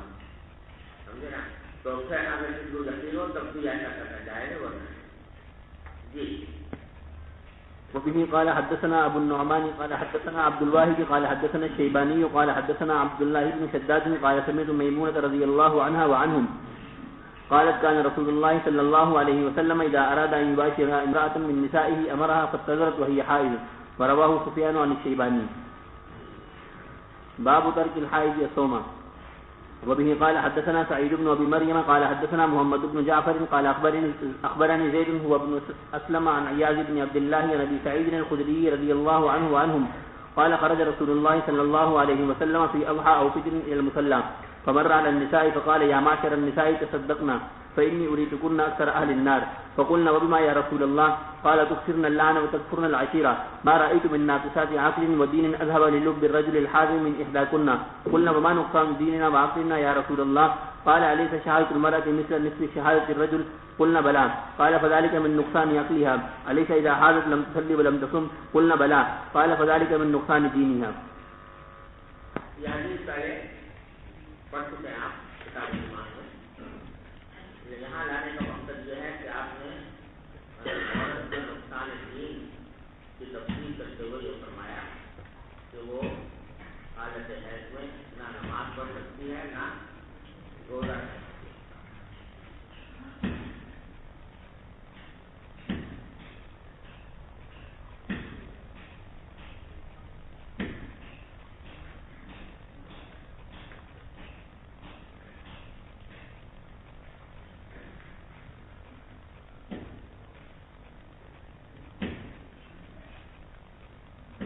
تو اس پر ترجمہ باب ترک الحائض الصوم کیا ہے تو وہی مقصود ہے. جی. باب تقضي الحائض المناسك كلها الا الطواف بالبيت. وقال ابراهيم لا باس ان تقرا الايه ولم ير ابن عباس رضي الله عنهما بالقراءه للجنب باسا وكان النبي صلى الله عليه وسلم يذكر الله على كل احيانه. وقالت ام عطيه رضي الله عنها كنا نؤمر ان نخرج الفجر فيكبرن بتكبيرهم ويدعون. وقال ابن عباس رضي الله عنهما اخبرني ابو سفيان ان هرقل دعا بكتاب النبي صلى الله عليه وسلم فقرأه فاذا فيه بسم الله الرحمن الرحيم ويا أهل الكتاب تعالوا إلى كلمة سواء بيننا وبينكم الآية ألا نعبد إلا الله ولا نشرك به شيئا إلى قوله مسلمون. وقال عطاء عن جابر حضرت عائشة رضي الله عنها وعنهم فنسكت المناسك كلها غير الطواف بالبيت ولا تصلي. وقال الحكم إني لا أذبح وأنا جنب. وقال الله عز وجل ولا تأكلوا مما لم يذكر اسم الله عليه.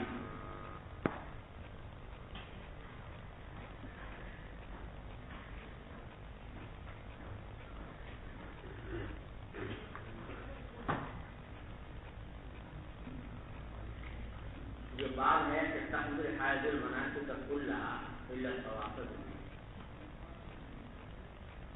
حائضہ عورت جو ہے تمام مناسک کا حج ادا کرتی رہے گی سوائے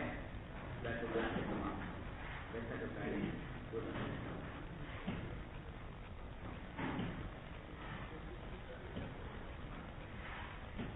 اس ترجمۃ الباب کا ایک مقصد تو یہ مسئلہ بھی بیان کرنا ہے کہ اگر عورت کو حج کے دوران حیض آ جائے تو وہ حج کے سارے مناسک ادا کر سکتی ہے،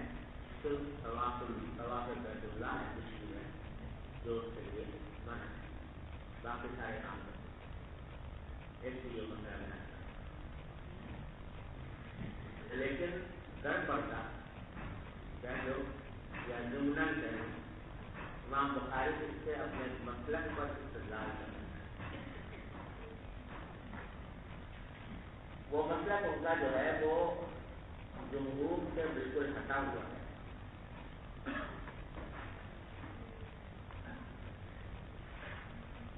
اور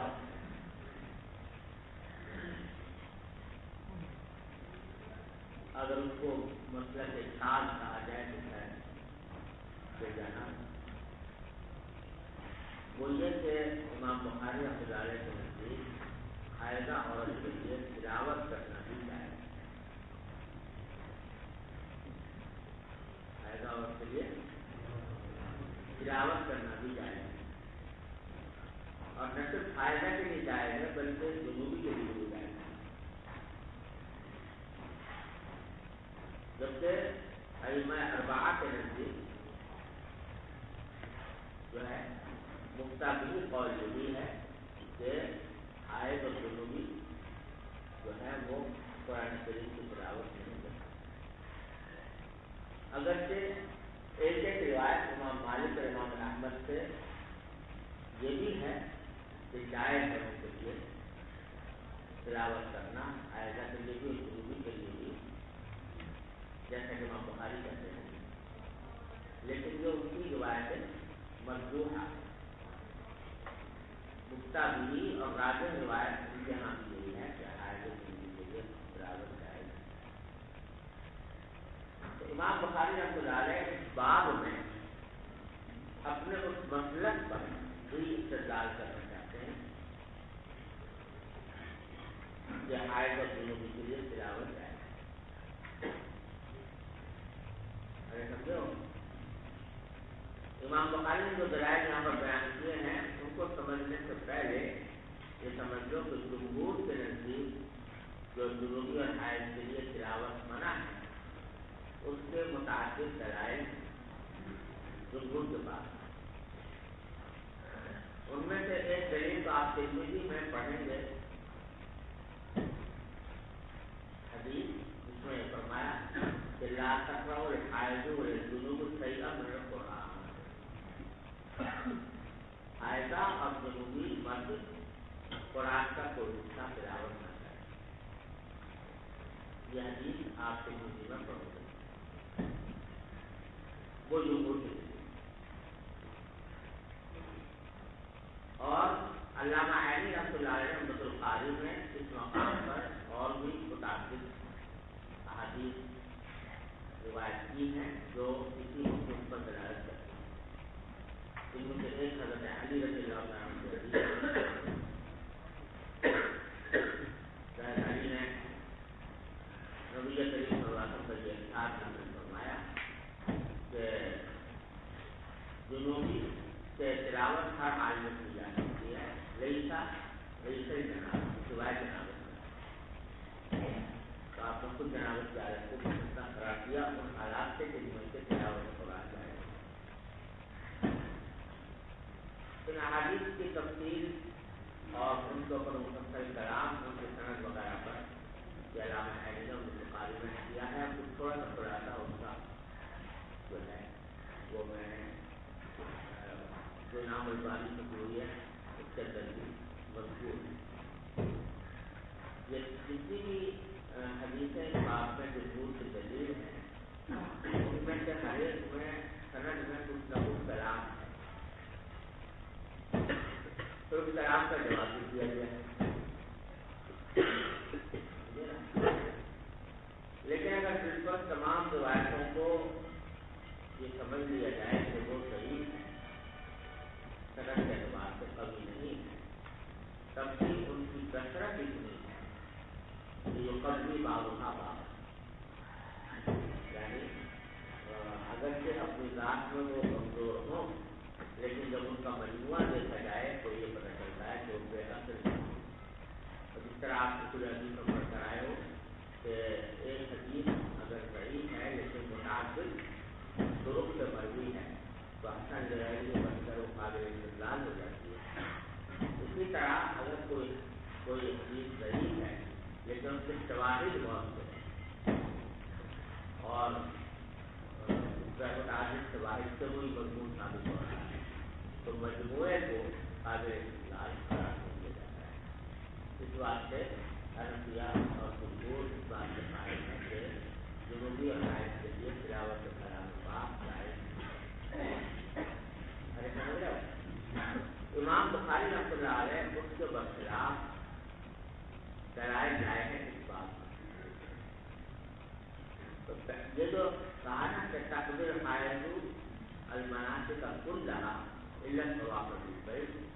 کہ حائضہ جو ہے وہ مناسک حج تمام سے تمام ادا کر سکتی ہے سوائے طواف سے. تو اس سے جو مسئلہ بیان کرنا بھی مقصود ہے اس بات میں، اور ساتھ میں اس سے اپنے مسلک پر استدلال کرنا بھی مقصود ہے. مسلک پر استدلال کی وجہ یہ ہے کہ جب یہ کہا جا رہا ہے کہ طواف کے سوا سارے مناسک ادا کرے گی، تو کیا کرے گی؟ مینا جائے گی کہ نہیں جائے گی؟ جائے گی. اور مینا کے بارے میں قرآن شریف میں رسول اللہ کی ایام معدودات کہ ان ایام کے اندر تم اللہ کا ذکر کرو. تو اس کے معنی کہ مینا جانے کے بعد ذکر بھی کرے گی، اور ذکر جو ہے وہ عام ہے، اس میں تلاوت بھی شامل ہے. لہٰذا جس طرح سارے حاجی تلاوت کر رہے ہوں گے وہ بھی تلاوت کریں گے. ارے سمجھے نا، یہ سمجھ رہے ہو؟ جمہور کی طرف سے امام بخاری کے استدلال کا یہ جواب ہے کہ قرآن میں جو حکم دیا گیا ہے وہ یہ ہے کہ بھائی مینا کر کر کیا کرو؟ مینا میں کیا کرو؟ ذکر کرو. یا مشعر حرام کے بعد ذکر کرو. تو ذکر کے لیے تو ضروری ہے کہ تلاوت بھی کی جائے. ٹھیک ہے، ذکر شامل تو ہے، لیکن جو ذکر کر سکتے ہیں وہ اس سے فریضہ ادا ہو جاتا ہے. فریضہ تو خیر ہے ہی، مطلب ہے کہ جو سنت ہے وہ ادا ہو جاتی ہے. ذکر جس طرح کا سبحان اللہ کہہ دے، الحمد للہ کہہ دے، اللہ اکبر کہہ دے، کلمہ پڑھ لے، درود شریف پڑھ لے، تسبیحات پڑھ لے، تو ان سب سے ذکر کا مقصود حاصل ہو جاتا ہے. کیا ضروری ہے کہ تلاوت بھی کرے، اور تلاوت کی کوئی صلاحیت بھی موجود ہے. لہٰذا ذکر کے جواز سے تلاوت کا جواز لازم نہیں آتا. ارے سمجھ گئے؟ تو یہ استدلال کام ہے. آگے فرمایا وقال ابراہیم لا بأس ان تقرأ الآیہ. ابراہیم نخعی کہتے ہیں کہ کوئی حرج نہیں ہے اس میں کہ عورت جو ہے وہ ہدایت پڑھے.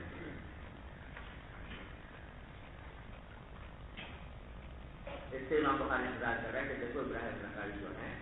وہ عورت کے لیے تلاوت کو جائز کہہ رہے ہیں، کہہ رہے ہیں کہ ہدایت پڑھے کوئی حرج نہیں.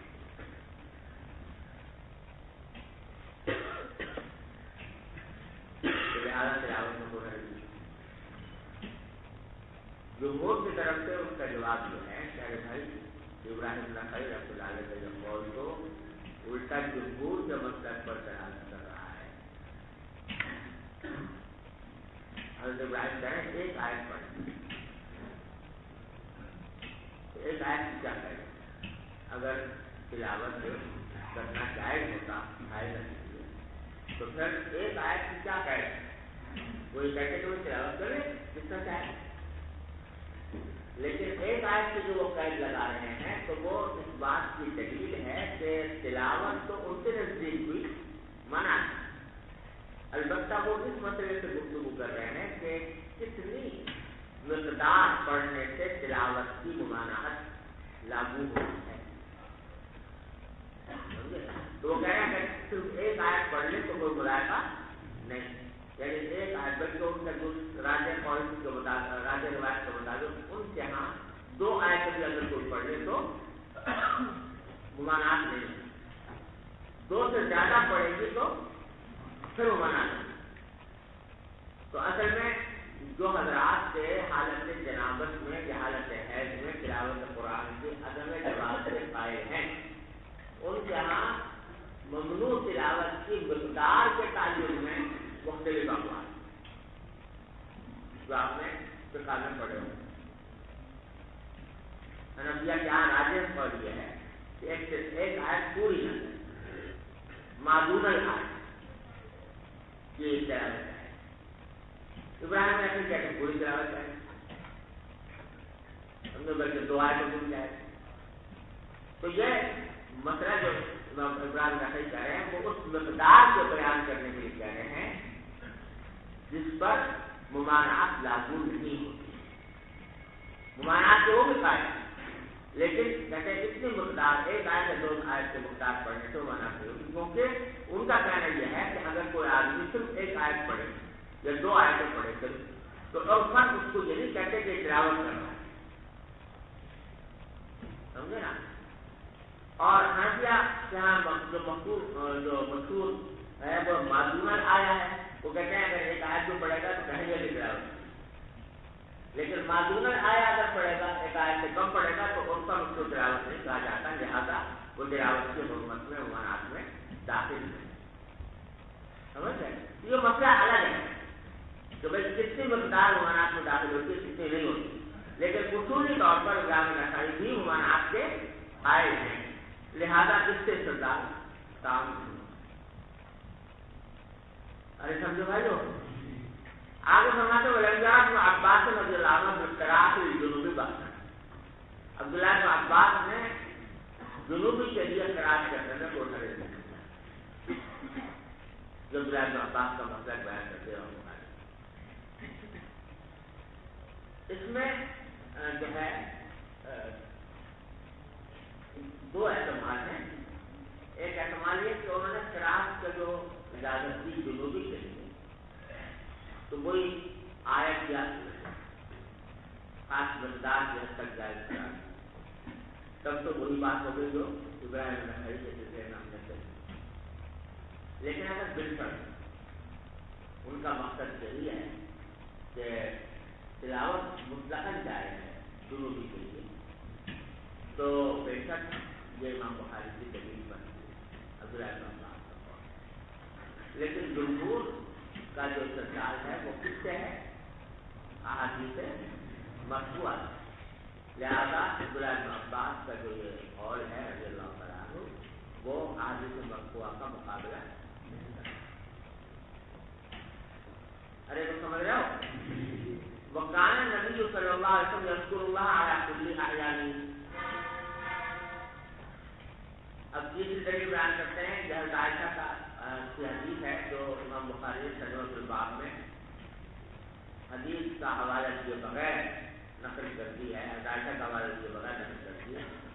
حضرت عائشہ فرماتی ہے کہ نبی کریم صلی اللہ علیہ وسلم اللہ کا ذکر فرمایا کرتے تھے ہر حالت میں، تمام اوقات، جب تمام اوقات میں کرتے تھے تو اس میں جنابت کی حالت بھی شامل ہے، تو ذکر کہتے ہیں۔ امام بخاری غالباً یہ کہنا چاہتے ہیں کہ ذکر کے عموم میں تلاوت بھی شامل ہے، لیکن جیسا میں نے پہلے عرض کیا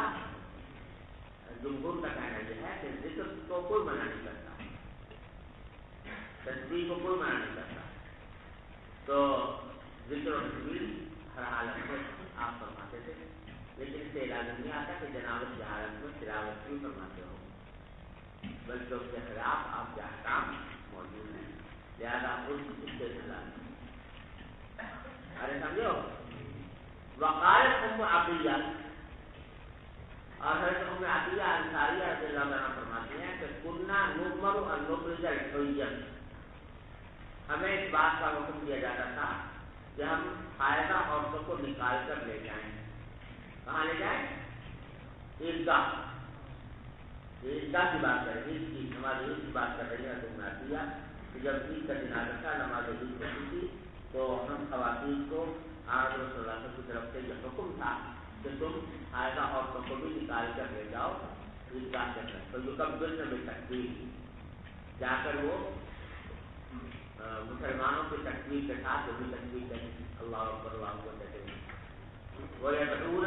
اور دعائیں بھی کرتی تھی، دعا میں شامل ہوتی تھی۔ تو شاید امام بخاری یہاں پر یہ کہنا چاہتے ہیں کہ جب تکبیر کرنا جائز ہے اور دعا کرنا جائز ہے جس میں اللہ تعالیٰ کا ذکر ہوتا ہے تو تلاوت بھی جائز ہوگی، لیکن ترجموں میں کہ ذکر کے جواب سے تلاوت کا جواب لازم نہیں آتا، کیونکہ ذکر جو ہے جو بھی کلمات انسان بولے گا ذکر کے لیے وہ انسان کے اپنے کلمات ہیں، جبکہ کلام الہی جو ہے وہ اللہ تعالیٰ کا کلام ہے، لہٰذا دونوں کو ایک دوسرے پر قیاس نہیں کیا جا سکتا، ذکر جائز ہے تلاوت نہ جائز۔ سمجھ گیا بھائی؟ آگے فرماتے ہیں قال ابن عباس اخبرنا آگے اشارہ کیا ہے اس حدیث ہرقل کی طرف جو آپ تفصیل سے پڑھ چکے ہو، اور اس کو لانے کا منشا اس باب میں یہ ہے کہ دیکھو نبی کریم صلی اللہ علیہ وسلم نے ہرقل کے پاس خط بھیجا ہے جب ہرقل کافر تھا، اور اس خط میں آیت کریمہ بھی لکھی یا تعالوا الی کلمۃ سواء بیننا و بینکم لا نعبد الا اللہ اس کے علاوہ اس کی تبلیغ ہے۔ تو ظاہر یہ جو بیٹا خط اسی لیے تو بیٹا تاکہ ہرقل اس کو پڑھے، اور ہرقل کافر تھا، اور کافر کا ظاہر حال یہ ہے کہ وہ جنابت کی حالت میں تو یہ جانتے بوجھتے کہ وہ شخص کافر ہے حالت جنابت میں ہوگا، یہ جانتے بوجھتے آپ نے ایک آیت نیچے بھیج دی اس کے بعد، اور سارے اس لیے بھیجی تاکہ وہ پڑھے اور اس نے پڑھا بھی ہوگا۔ تو گویا حضرت صلی اللہ علیہ وسلم نے حالت جنابت میں اس آیت سے پڑھنے کی اجازت ہے۔ ارے سمجھو بھائیو، تو اس سے معلوم ہوا کہ حالت جنابت میں تلاوت کرنا جائز، یہ ہے سرکاری جمہور کی طرف سے اس کا جواب یہ ہے کہ اول تو کافر کا ہر وقت جنابت کی حالت میں ہونا یہ کوئی جنابت کا غسل جہاں واجب ہو یا نہ ہو، لیکن کرتے بھی ہوں گے نا کبھی نہ کبھی غسل، یہ ساری زندگی کیسے گزار دیتا ہے، اس لیے یہ کہنا کہ ہر وقت حالت جنابت میں ہو گئے یہ صحیح ہے۔ دوسرا یہ کہ جو خط میں جو آیت کریمہ لکھی تھی وہ بحثیت آیت میں بلکہ مستقل کتاب کے طور الفاظ بے شک آیت کے استعمال کرنا ہے، لیکن خود وہ اس کو کتاب کہ اہل کتاب آؤ ایک ایسے کریمے کی طرف جو ہمارے معلوم میں مسترد، اور یہ سمجھے نا کہ تلاوت کو جو ہم ناجائز کہتے ہیں کہ حالت جنابت حالت حیض میں تلاوت ناجائز ہے، اس وقت ہے جبکہ بقصد تلاوت کا ارادہ کر کے تلاوت، لیکن اگر بقصد تلاوت نہ ہو بلکہ کوئی شخص بات ہی اس طرح کرے،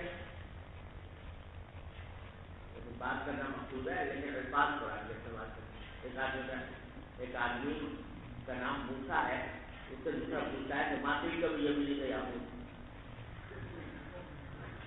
سمجھے نا، تو وہ مقصود کیا ہے، اس موسیٰ کو خطاب کرنا ہے اور اس سے پوچھنا ہے کہ تمہارے دانے ہاتھ میں کیا ہے، اس کے لیے وہ آیت پڑھنی، وہ آیت کی تلاوت نہ ہوئی بلکہ یہ کلام عام کلام ہے، یہ حالت جنابت کو منانا، حالت حیض کو منانا، سمجھے نا۔ ایک وہ بادشاہ تھا، آج اس نے اس کا نام جو ہے اس کے مخالف کا نام نوح تھا،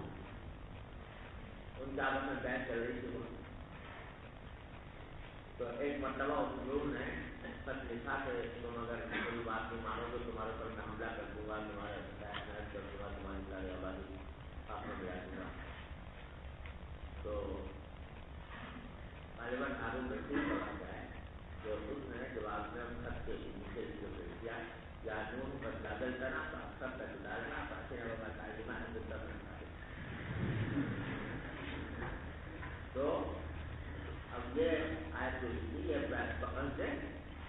تلاوت نہیں بلکہ یہ قرآن نام کے طور پر تھی، لیکن الفاظ بھی استعمال کرتی، ایسا کرنا حالت جنابت میں منع نہیں، بلکہ مستدرک میں ایک کتاب ہے المستدرک فی کل فن مستدرک، اب کی بڑی دلچسپ کتاب ہے، تو بڑے نوازی کی باتیں تو اس میں ایک عورت کا ذکر کیا ہے کہ عورت جو تھی وہ ساری زندگی بات ہی کرتی تھی قرآن کریم کی آیتوں پہ کرتی اور کوئی بات کرتی نہیں اور وہاں لمبا چوڑا حصہ لکھا رکھا اس طرح سے سوالات کیے گئے لوگوں نے اس کو گھما کر پھرا کر اس طرح سوال کیے کہ یہ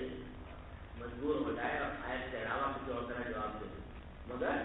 وہ کہیں نہ کہیں سے نکال دیتی آیت کی تو بولی وہ بولی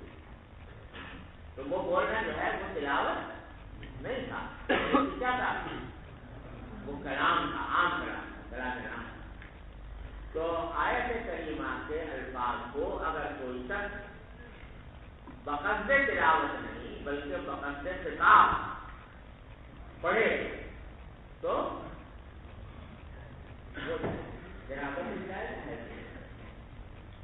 یہاں جو آیت کریمہ آپ نے لکھی خط میں وہ خط میں لکھنے سے مقصود تلاوت کرانا نہیں تھا بلکہ وہ خطاب اس واسطے اس میں اس پر ہو گیا بلکہ یہ جو میں نے کہا کہ بقصد تلاوت نہ ہو تو اس میں فقہائے کرام نے یہ بھی لکھا ہے کہ اگر کوئی شخص جو ہے کوئی آیت کریمہ کو دعا کے لیے سے پڑھے ربنا آتنا فی الدنیا حسنۃ پڑھ رہا ہے اور مقصود کیا ہے دعا تو جائز وہ رب اغفر وارحم وانت خیر الراحمین تو پڑھ رہا ہے مقصود کیا ہے دعا کرنا تو تلاوت مقصود نہیں ہے یا ذکر ہی مقصود ہے سبحان ربک رب العزت عما یصفون پڑھنا ہے اور مقصود تلاوت نہیں ہے بلکہ تسبیح کرنا ہے سمجھو بھائی تو یہ بھی جائے تو یہ جو ممانعات ہے اس وقت جب بقصد تلاوت ہو اگر بقصد تلاوت نہیں تو جائے اور اس کے لیے بھی جائز حالت ہے اس میں مرد کے لیے بھی جائز حالت ہے ارے سمجھو تو یہاں پہ ایک سوال پیدا ہوتا ہے کہ یہ سوال ہے جی ہرقل کو جو جب خط پہنچا تو اس نے ابھی تک انکار نہیں کیا تھا اور کفر کا ارتکاب نہیں کیا تھا وہ تو اہل کتاب تھا اس وقت تو اس وقت تو اس کے لیے تلاوت جائز ہوگی کیونکہ اس کا کفر تو بعد میں ظاہر ہو گیا جب اس نے انکار کیا جب آپ صلی اللہ علیہ وسلم کا خط پہنچا ہرقل کو تو اس وقت وہ اہل کتاب تھا جی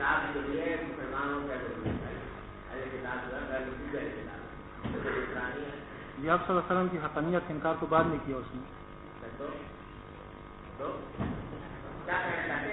یہاں پہ جو استدلال کیا ہے امام بخاری رحمہ اللہ کہ وہ کافر کے لیے تھے جس کی تلاوت جائز نہیں ہے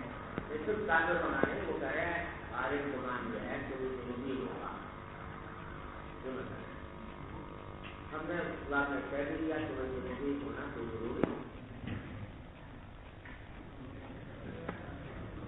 جی سوال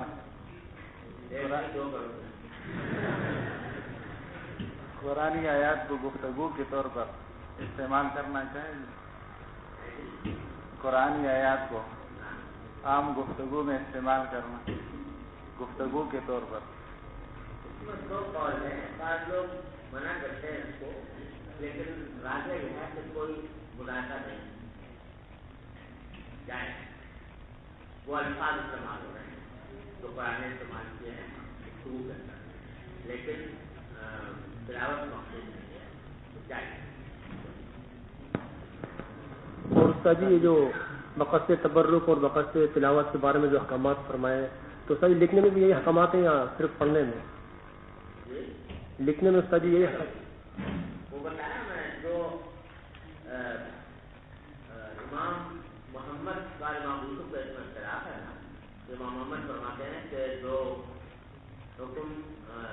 زبان سے پڑھنے کا ہے وہ لکھنے کا بھی اور امام یوسف کہتے ہیں کہ لکھنے میں جائز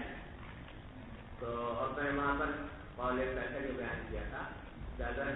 وہ کاغذ جس پر لکھا جا رہا ہے اس کے اور انسان لکھنے والے کے درمیان کوئی چیز آئے تو کیا ہے؟ سر جی ایک سوال جیسا جی اگر عورت جو ہے حج کرنا چاہ رہی ہے اور اس کو پتہ ہے کہ حج کے ایام میں اس کا وہ حیض شروع ہو جائے تو اگر وہ پہلے سے اگر گولی استعمال کرے کہ حیض کے خون آئے اور اس طرح سے اگر بعض عورت یہ چاہتی ہیں کہ میرا شوہر مجھ سے خوش ہو کہ وہ کافی عرصے کے بعد گھر آ جائے تو اس دوران اس کا حیام شروع ہو جائے تو اگر وہ احتیاطاً شوہر کی خوشی کے لیے گولیاں استعمال کر دیں 4 مہینے 5 مہینے استعمال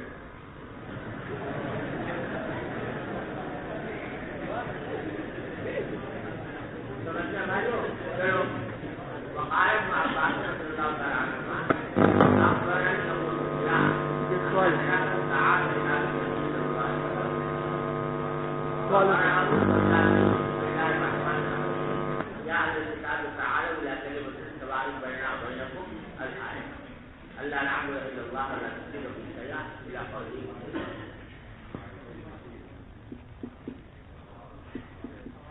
سوال کرنا ہے جی سوال کرنا سوال یہ کہ معلمات جو ہے نا یہ حالت حیض میں کس طرح پڑھائیں گے اور کیا طور پر معلمات سے پہلے پڑھ کر آئے ہو کہ معلمہ جو ہے وہ یہ کر سکتی ہے کہ معدوم آیا وہ توڑ کر پڑھائے ایک لفظ پڑھا دیا خاموش ہو گئی پھر دوسرا لفظ پڑھا دیا پھر تیسرا لفظ پڑھا دیا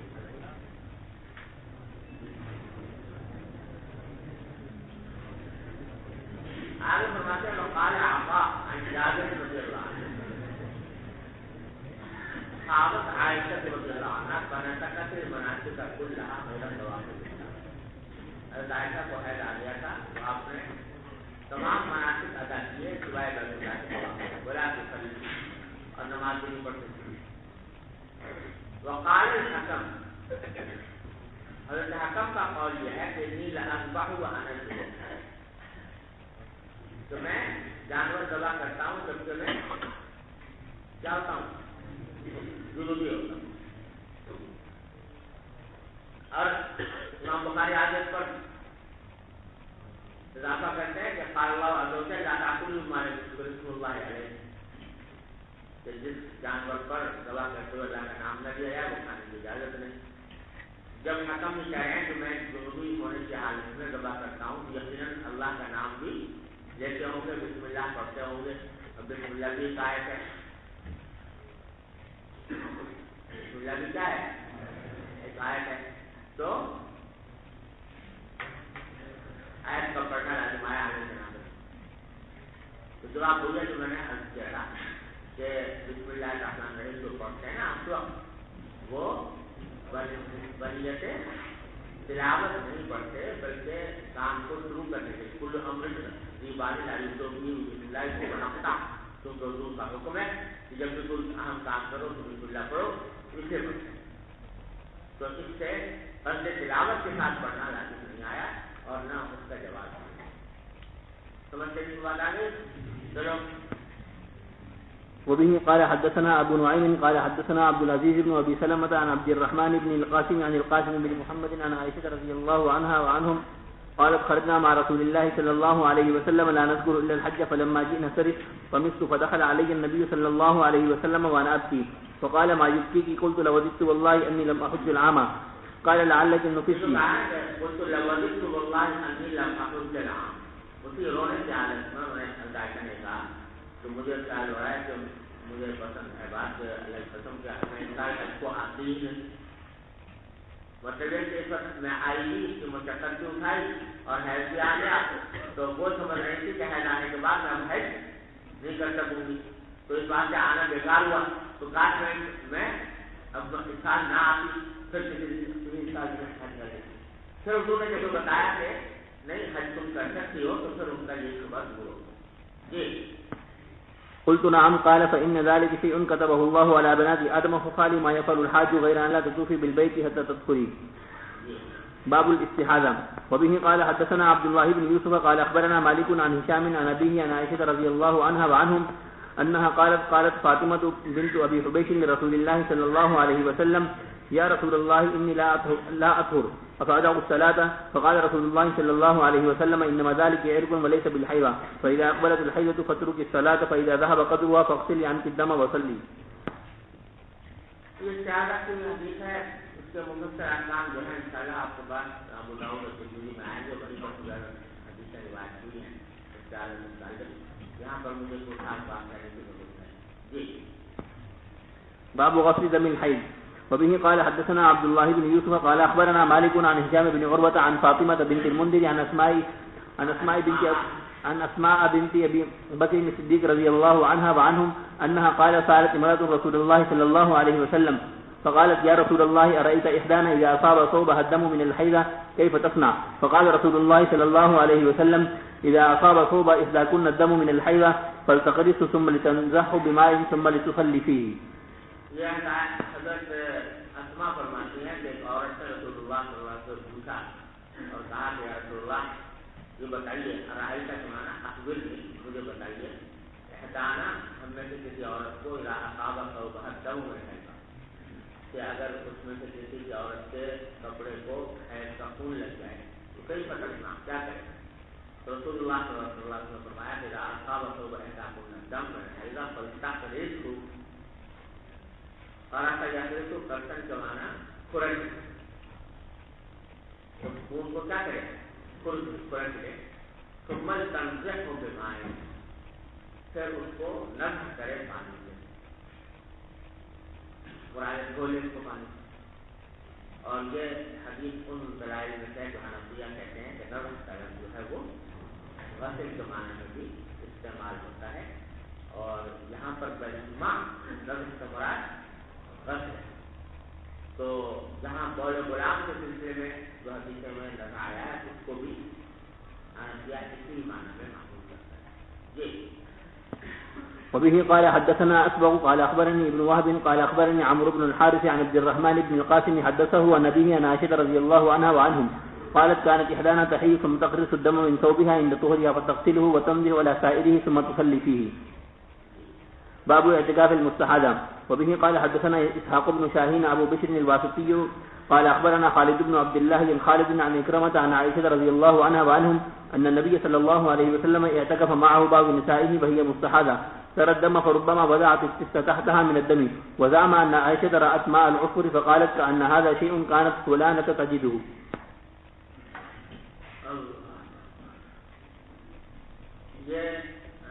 حضرت عائشہ رضی اللہ عنہ یہ باب جو ہے اعتکاف المستحاضہ یہ بتانے کے لیے قائم کیا ہے کہ مستحاضہ عورت جو ہوتی ہے وہ تمام احکام میں پاک عورت کی طرح ہے. اگر خون آ رہا ہے اس کو، لیکن اس کو براکام طاہرہ سے جاری ہوتے ہیں،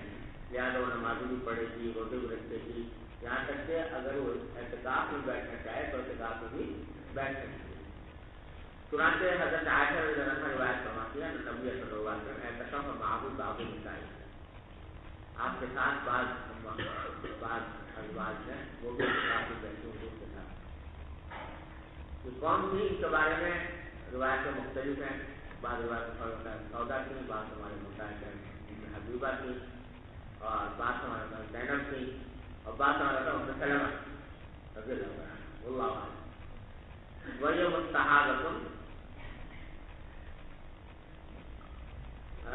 یعنی اعتکاف میں بیٹھی جب تو حالت حیض میں تھی، ترک دم اور مستقل خون ان کو دیکھ رہی تھی. فربما وضعت السست تحتها من الدم، تو بعض اوقات ان کو اس بات کا اندیشہ ہوتا تھا کہ خون اتنا جا رہا ہے کہ ایسا نہ ہو کہ معتکف جو ہے وہ ملوث ہو جائے. تو وہ بعض اوقات اپنے نیچے تکڑا رکھیں گے، کوئی برتن رکھے تھے تاکہ جو خون گرے وہ برتن گرے اور منتخب نہیں کرتے. سمجھ گئے؟ وزعم اور اکرمہ نے یہ بھی کہا، یہ بھی گمان کیا، یعنی یہ بھی بتایا کہ ان عائشہ رأت ماء العصفر، یعنی کسی اور موقع پر، ایک موقع پر حضرت عائشہ نے عصفر کا پانی دیکھا. اس کو ایک ہاتھ ہوتی تھی سر کرنا، سمجھے نا؟ تو وہ پانی سے پڑی ہوئی تھی تو اس سے پانی جو ہے پیلا ہوا تھا، تو وہ پانی دیکھا ذائقہ نے بہت ذائقہ نے کہا ان آگا چلوں کان خدانوں کا دی، یہ اس کا پانی مجھے ایسا لگ رہا ہے جیسے کہ جو وہ چیز ہے کہ جو فلاں عورت پایا کرتی ہے، اشارہ انہیں ازواج بعض کی طرف ہے کہ وہ ہے استحاضہ آ رہا تھا، تو استحاضے میں ان کو جو خون آتا تھا وہ اس رنگ کا ہوتا ہے، مطلب کہ جب اس کا پانی دیکھا تو دیکھ کر کہتے تھے کہ یہ پانی کا رنگ ایسا لگ رہا ہے مجھے جیسے کہ فلاں عورت کو استحاضہ کی حالت میں آنا تھا۔ جی ایک سوال ہے، فرمائیے، یہ اعتکاف مسنون کی بات ہے یا نفل اور آج کل بھی بیٹھ سکتی یا نہیں بیٹھ سکتی عورت اپنے شوہر کے ساتھ اعتکاف میں؟ بیٹھنا یعنی منع تو نہیں ہے، لیکن آج کل جس طریقے سے عورتوں کو مسجد میں جانا ہے کہ نماز کے لیے منع کیا گیا بعد میں، تو اسی طریقے سے اعتکاف سے بھی منع کرتے ہیں، تو بعد میں عورتوں کے لیے اعتکاف مسجد میں اگر کرنا چاہتی ہیں تو اپنے گھر میں جو مسلح ہے اس سے کرنا ہے۔ جی وبه قال حدثنا قتيبة قال حدثنا يزيد بن زريع عن خالد عن عكرمة عن عائشة رضي الله عنها وعنهم قالت اعتكفت مع رسول الله صلى الله عليه وسلم امرأة من أزواجه فكانت ترى الدم والصفرة والتس تحتها وهي تصلي. وبه قال حدثنا مسدد قال حدثنا معتمر عن خالد عن عكرمة عن عائشة رضي الله عنها وعنهم أن بعض أمهات المؤمنين اعتكفت وهي مستحاضة. باب هل تصلي المرأة في ثوب حاضت فيه. وبه قال حدثنا أبو نعيم قال حدثنا إبراهيم بن نافع عن ابن أبي نجيح عن مجاهد قال قالت عائشة رضي الله عنها وعنهم ما كان الإحدانا إلا ثوب واحد تحيل فيه فإذا أصابه شيء من دم قالت بريقها فمسعته بذكرها. حضرت عائشہ فرماتی ہیں کہ ہم میں سے کسی اور کے پاس ایک کپڑے سے زیادہ کوئی کپڑا نہیں ہوتا، یہ تو بات بھی سوچ رہے ہیں کہ ہرو گاؤں سے جو ہے نیا جوڑا بن گیا، ایک عورت جو بات رہی تھی کپڑا ہوتا تھا تحریر اسی میں ہے لگا سہیدہ اصابہ سلو منٹا، اگر اس کپڑے پر خون لگتا تو قالت بری کیا تو اپنے تھوک سے اس کو ایسے کرتی اشارہ کرتی، کالا مانا اشارہ بری کیا فمسحت بذکرها اور اس کو کوٹ لیتی تھی اپنے ناخن میں، تو وہ ظاہر ہو جاتا، تو معلوم ہے جب ظاہر ہو گیا اور وہ خون کا کوئی اثر باقی نہیں رہا تو اسی کپڑے میں نماز پڑھنا بھی چاہیے۔ جی باب الطيب للمرأة عند غسلها من المحيض. وبه قال حدثنا عبد الله بن عبد الوهاب قال حدثنا حماد بن زيد عن أيوب عن حفصة عن أم عطية رضي الله عنها وعنهم قالت كنا ننهى أن نحد على ميت فوق ثلاث إلا على زوج 4 أشهر و10 ولا نستحل ولا نتطيب ولا نلبس ثوبا مصبوغا ولا ثوب عصب إلا ثوب عصب وقد رخص لنا عند الطهر إذا غسلت إحدانا من محيضها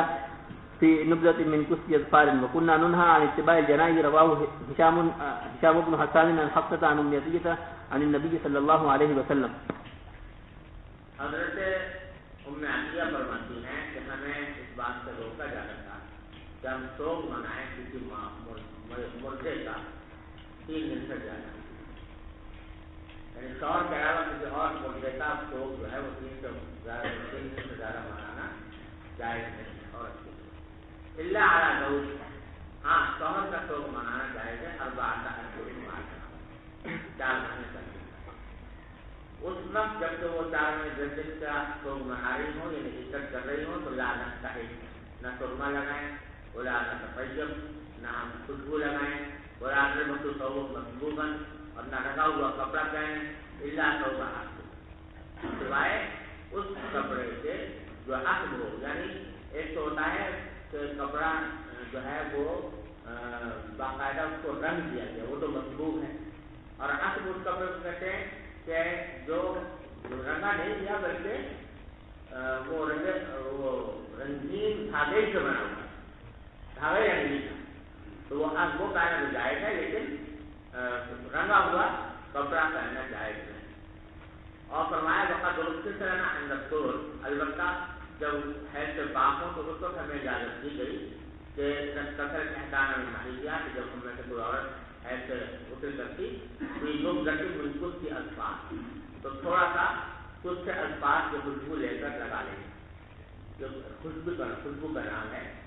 الفاظ جس کو بولتے ہیں وہ خوشبو لگا لیں تھوڑی سی تو وہ جائز ہے جبکہ ایسے پاک ہو وقلنا نہا عن اتباع الجنائز اور جنائزوں کے پیچھے جانے سے منع کیا جی باب دلق المرأة نفسها إذا تطهرت من المحيض وكيف تغتسل وتأخذ فرصة ممسكة فتتبع بها أثر الدم. وبه قال حدثنا يحيى قال حدثنا ابن عيينة عن منصور بن صفية عن أمه عن عائشة رضي الله عنها وعنهم أن امرأة سألت النبي صلى الله عليه وسلم عن غسلها من المحيض فأمرها كيف تغتسل قال خذي فرصة من مسك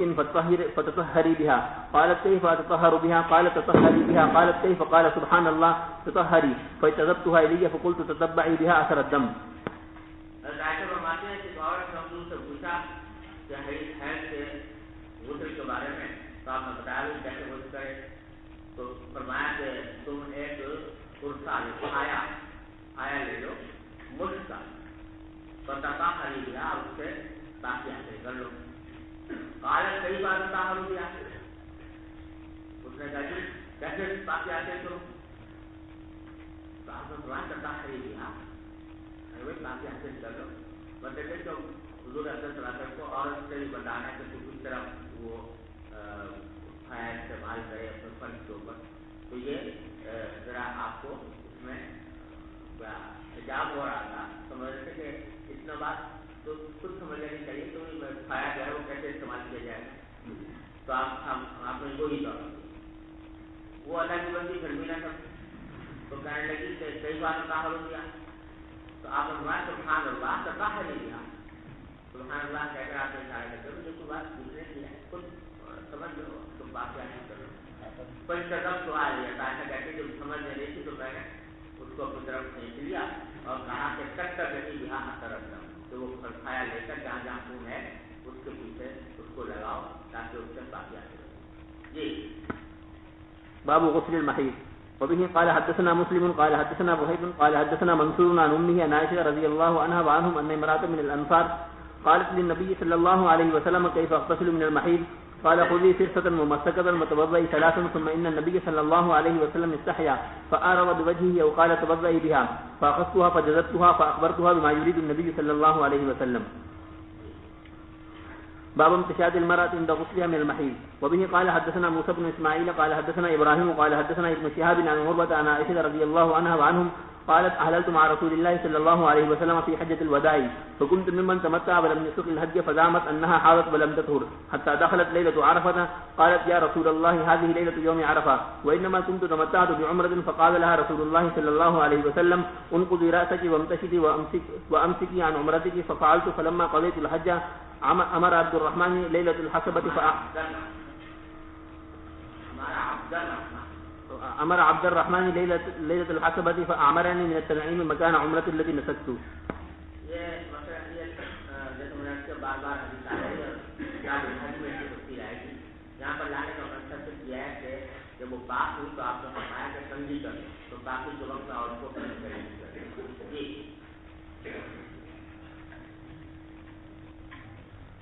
پڑھو یار ایک واقعہ پڑھ لو.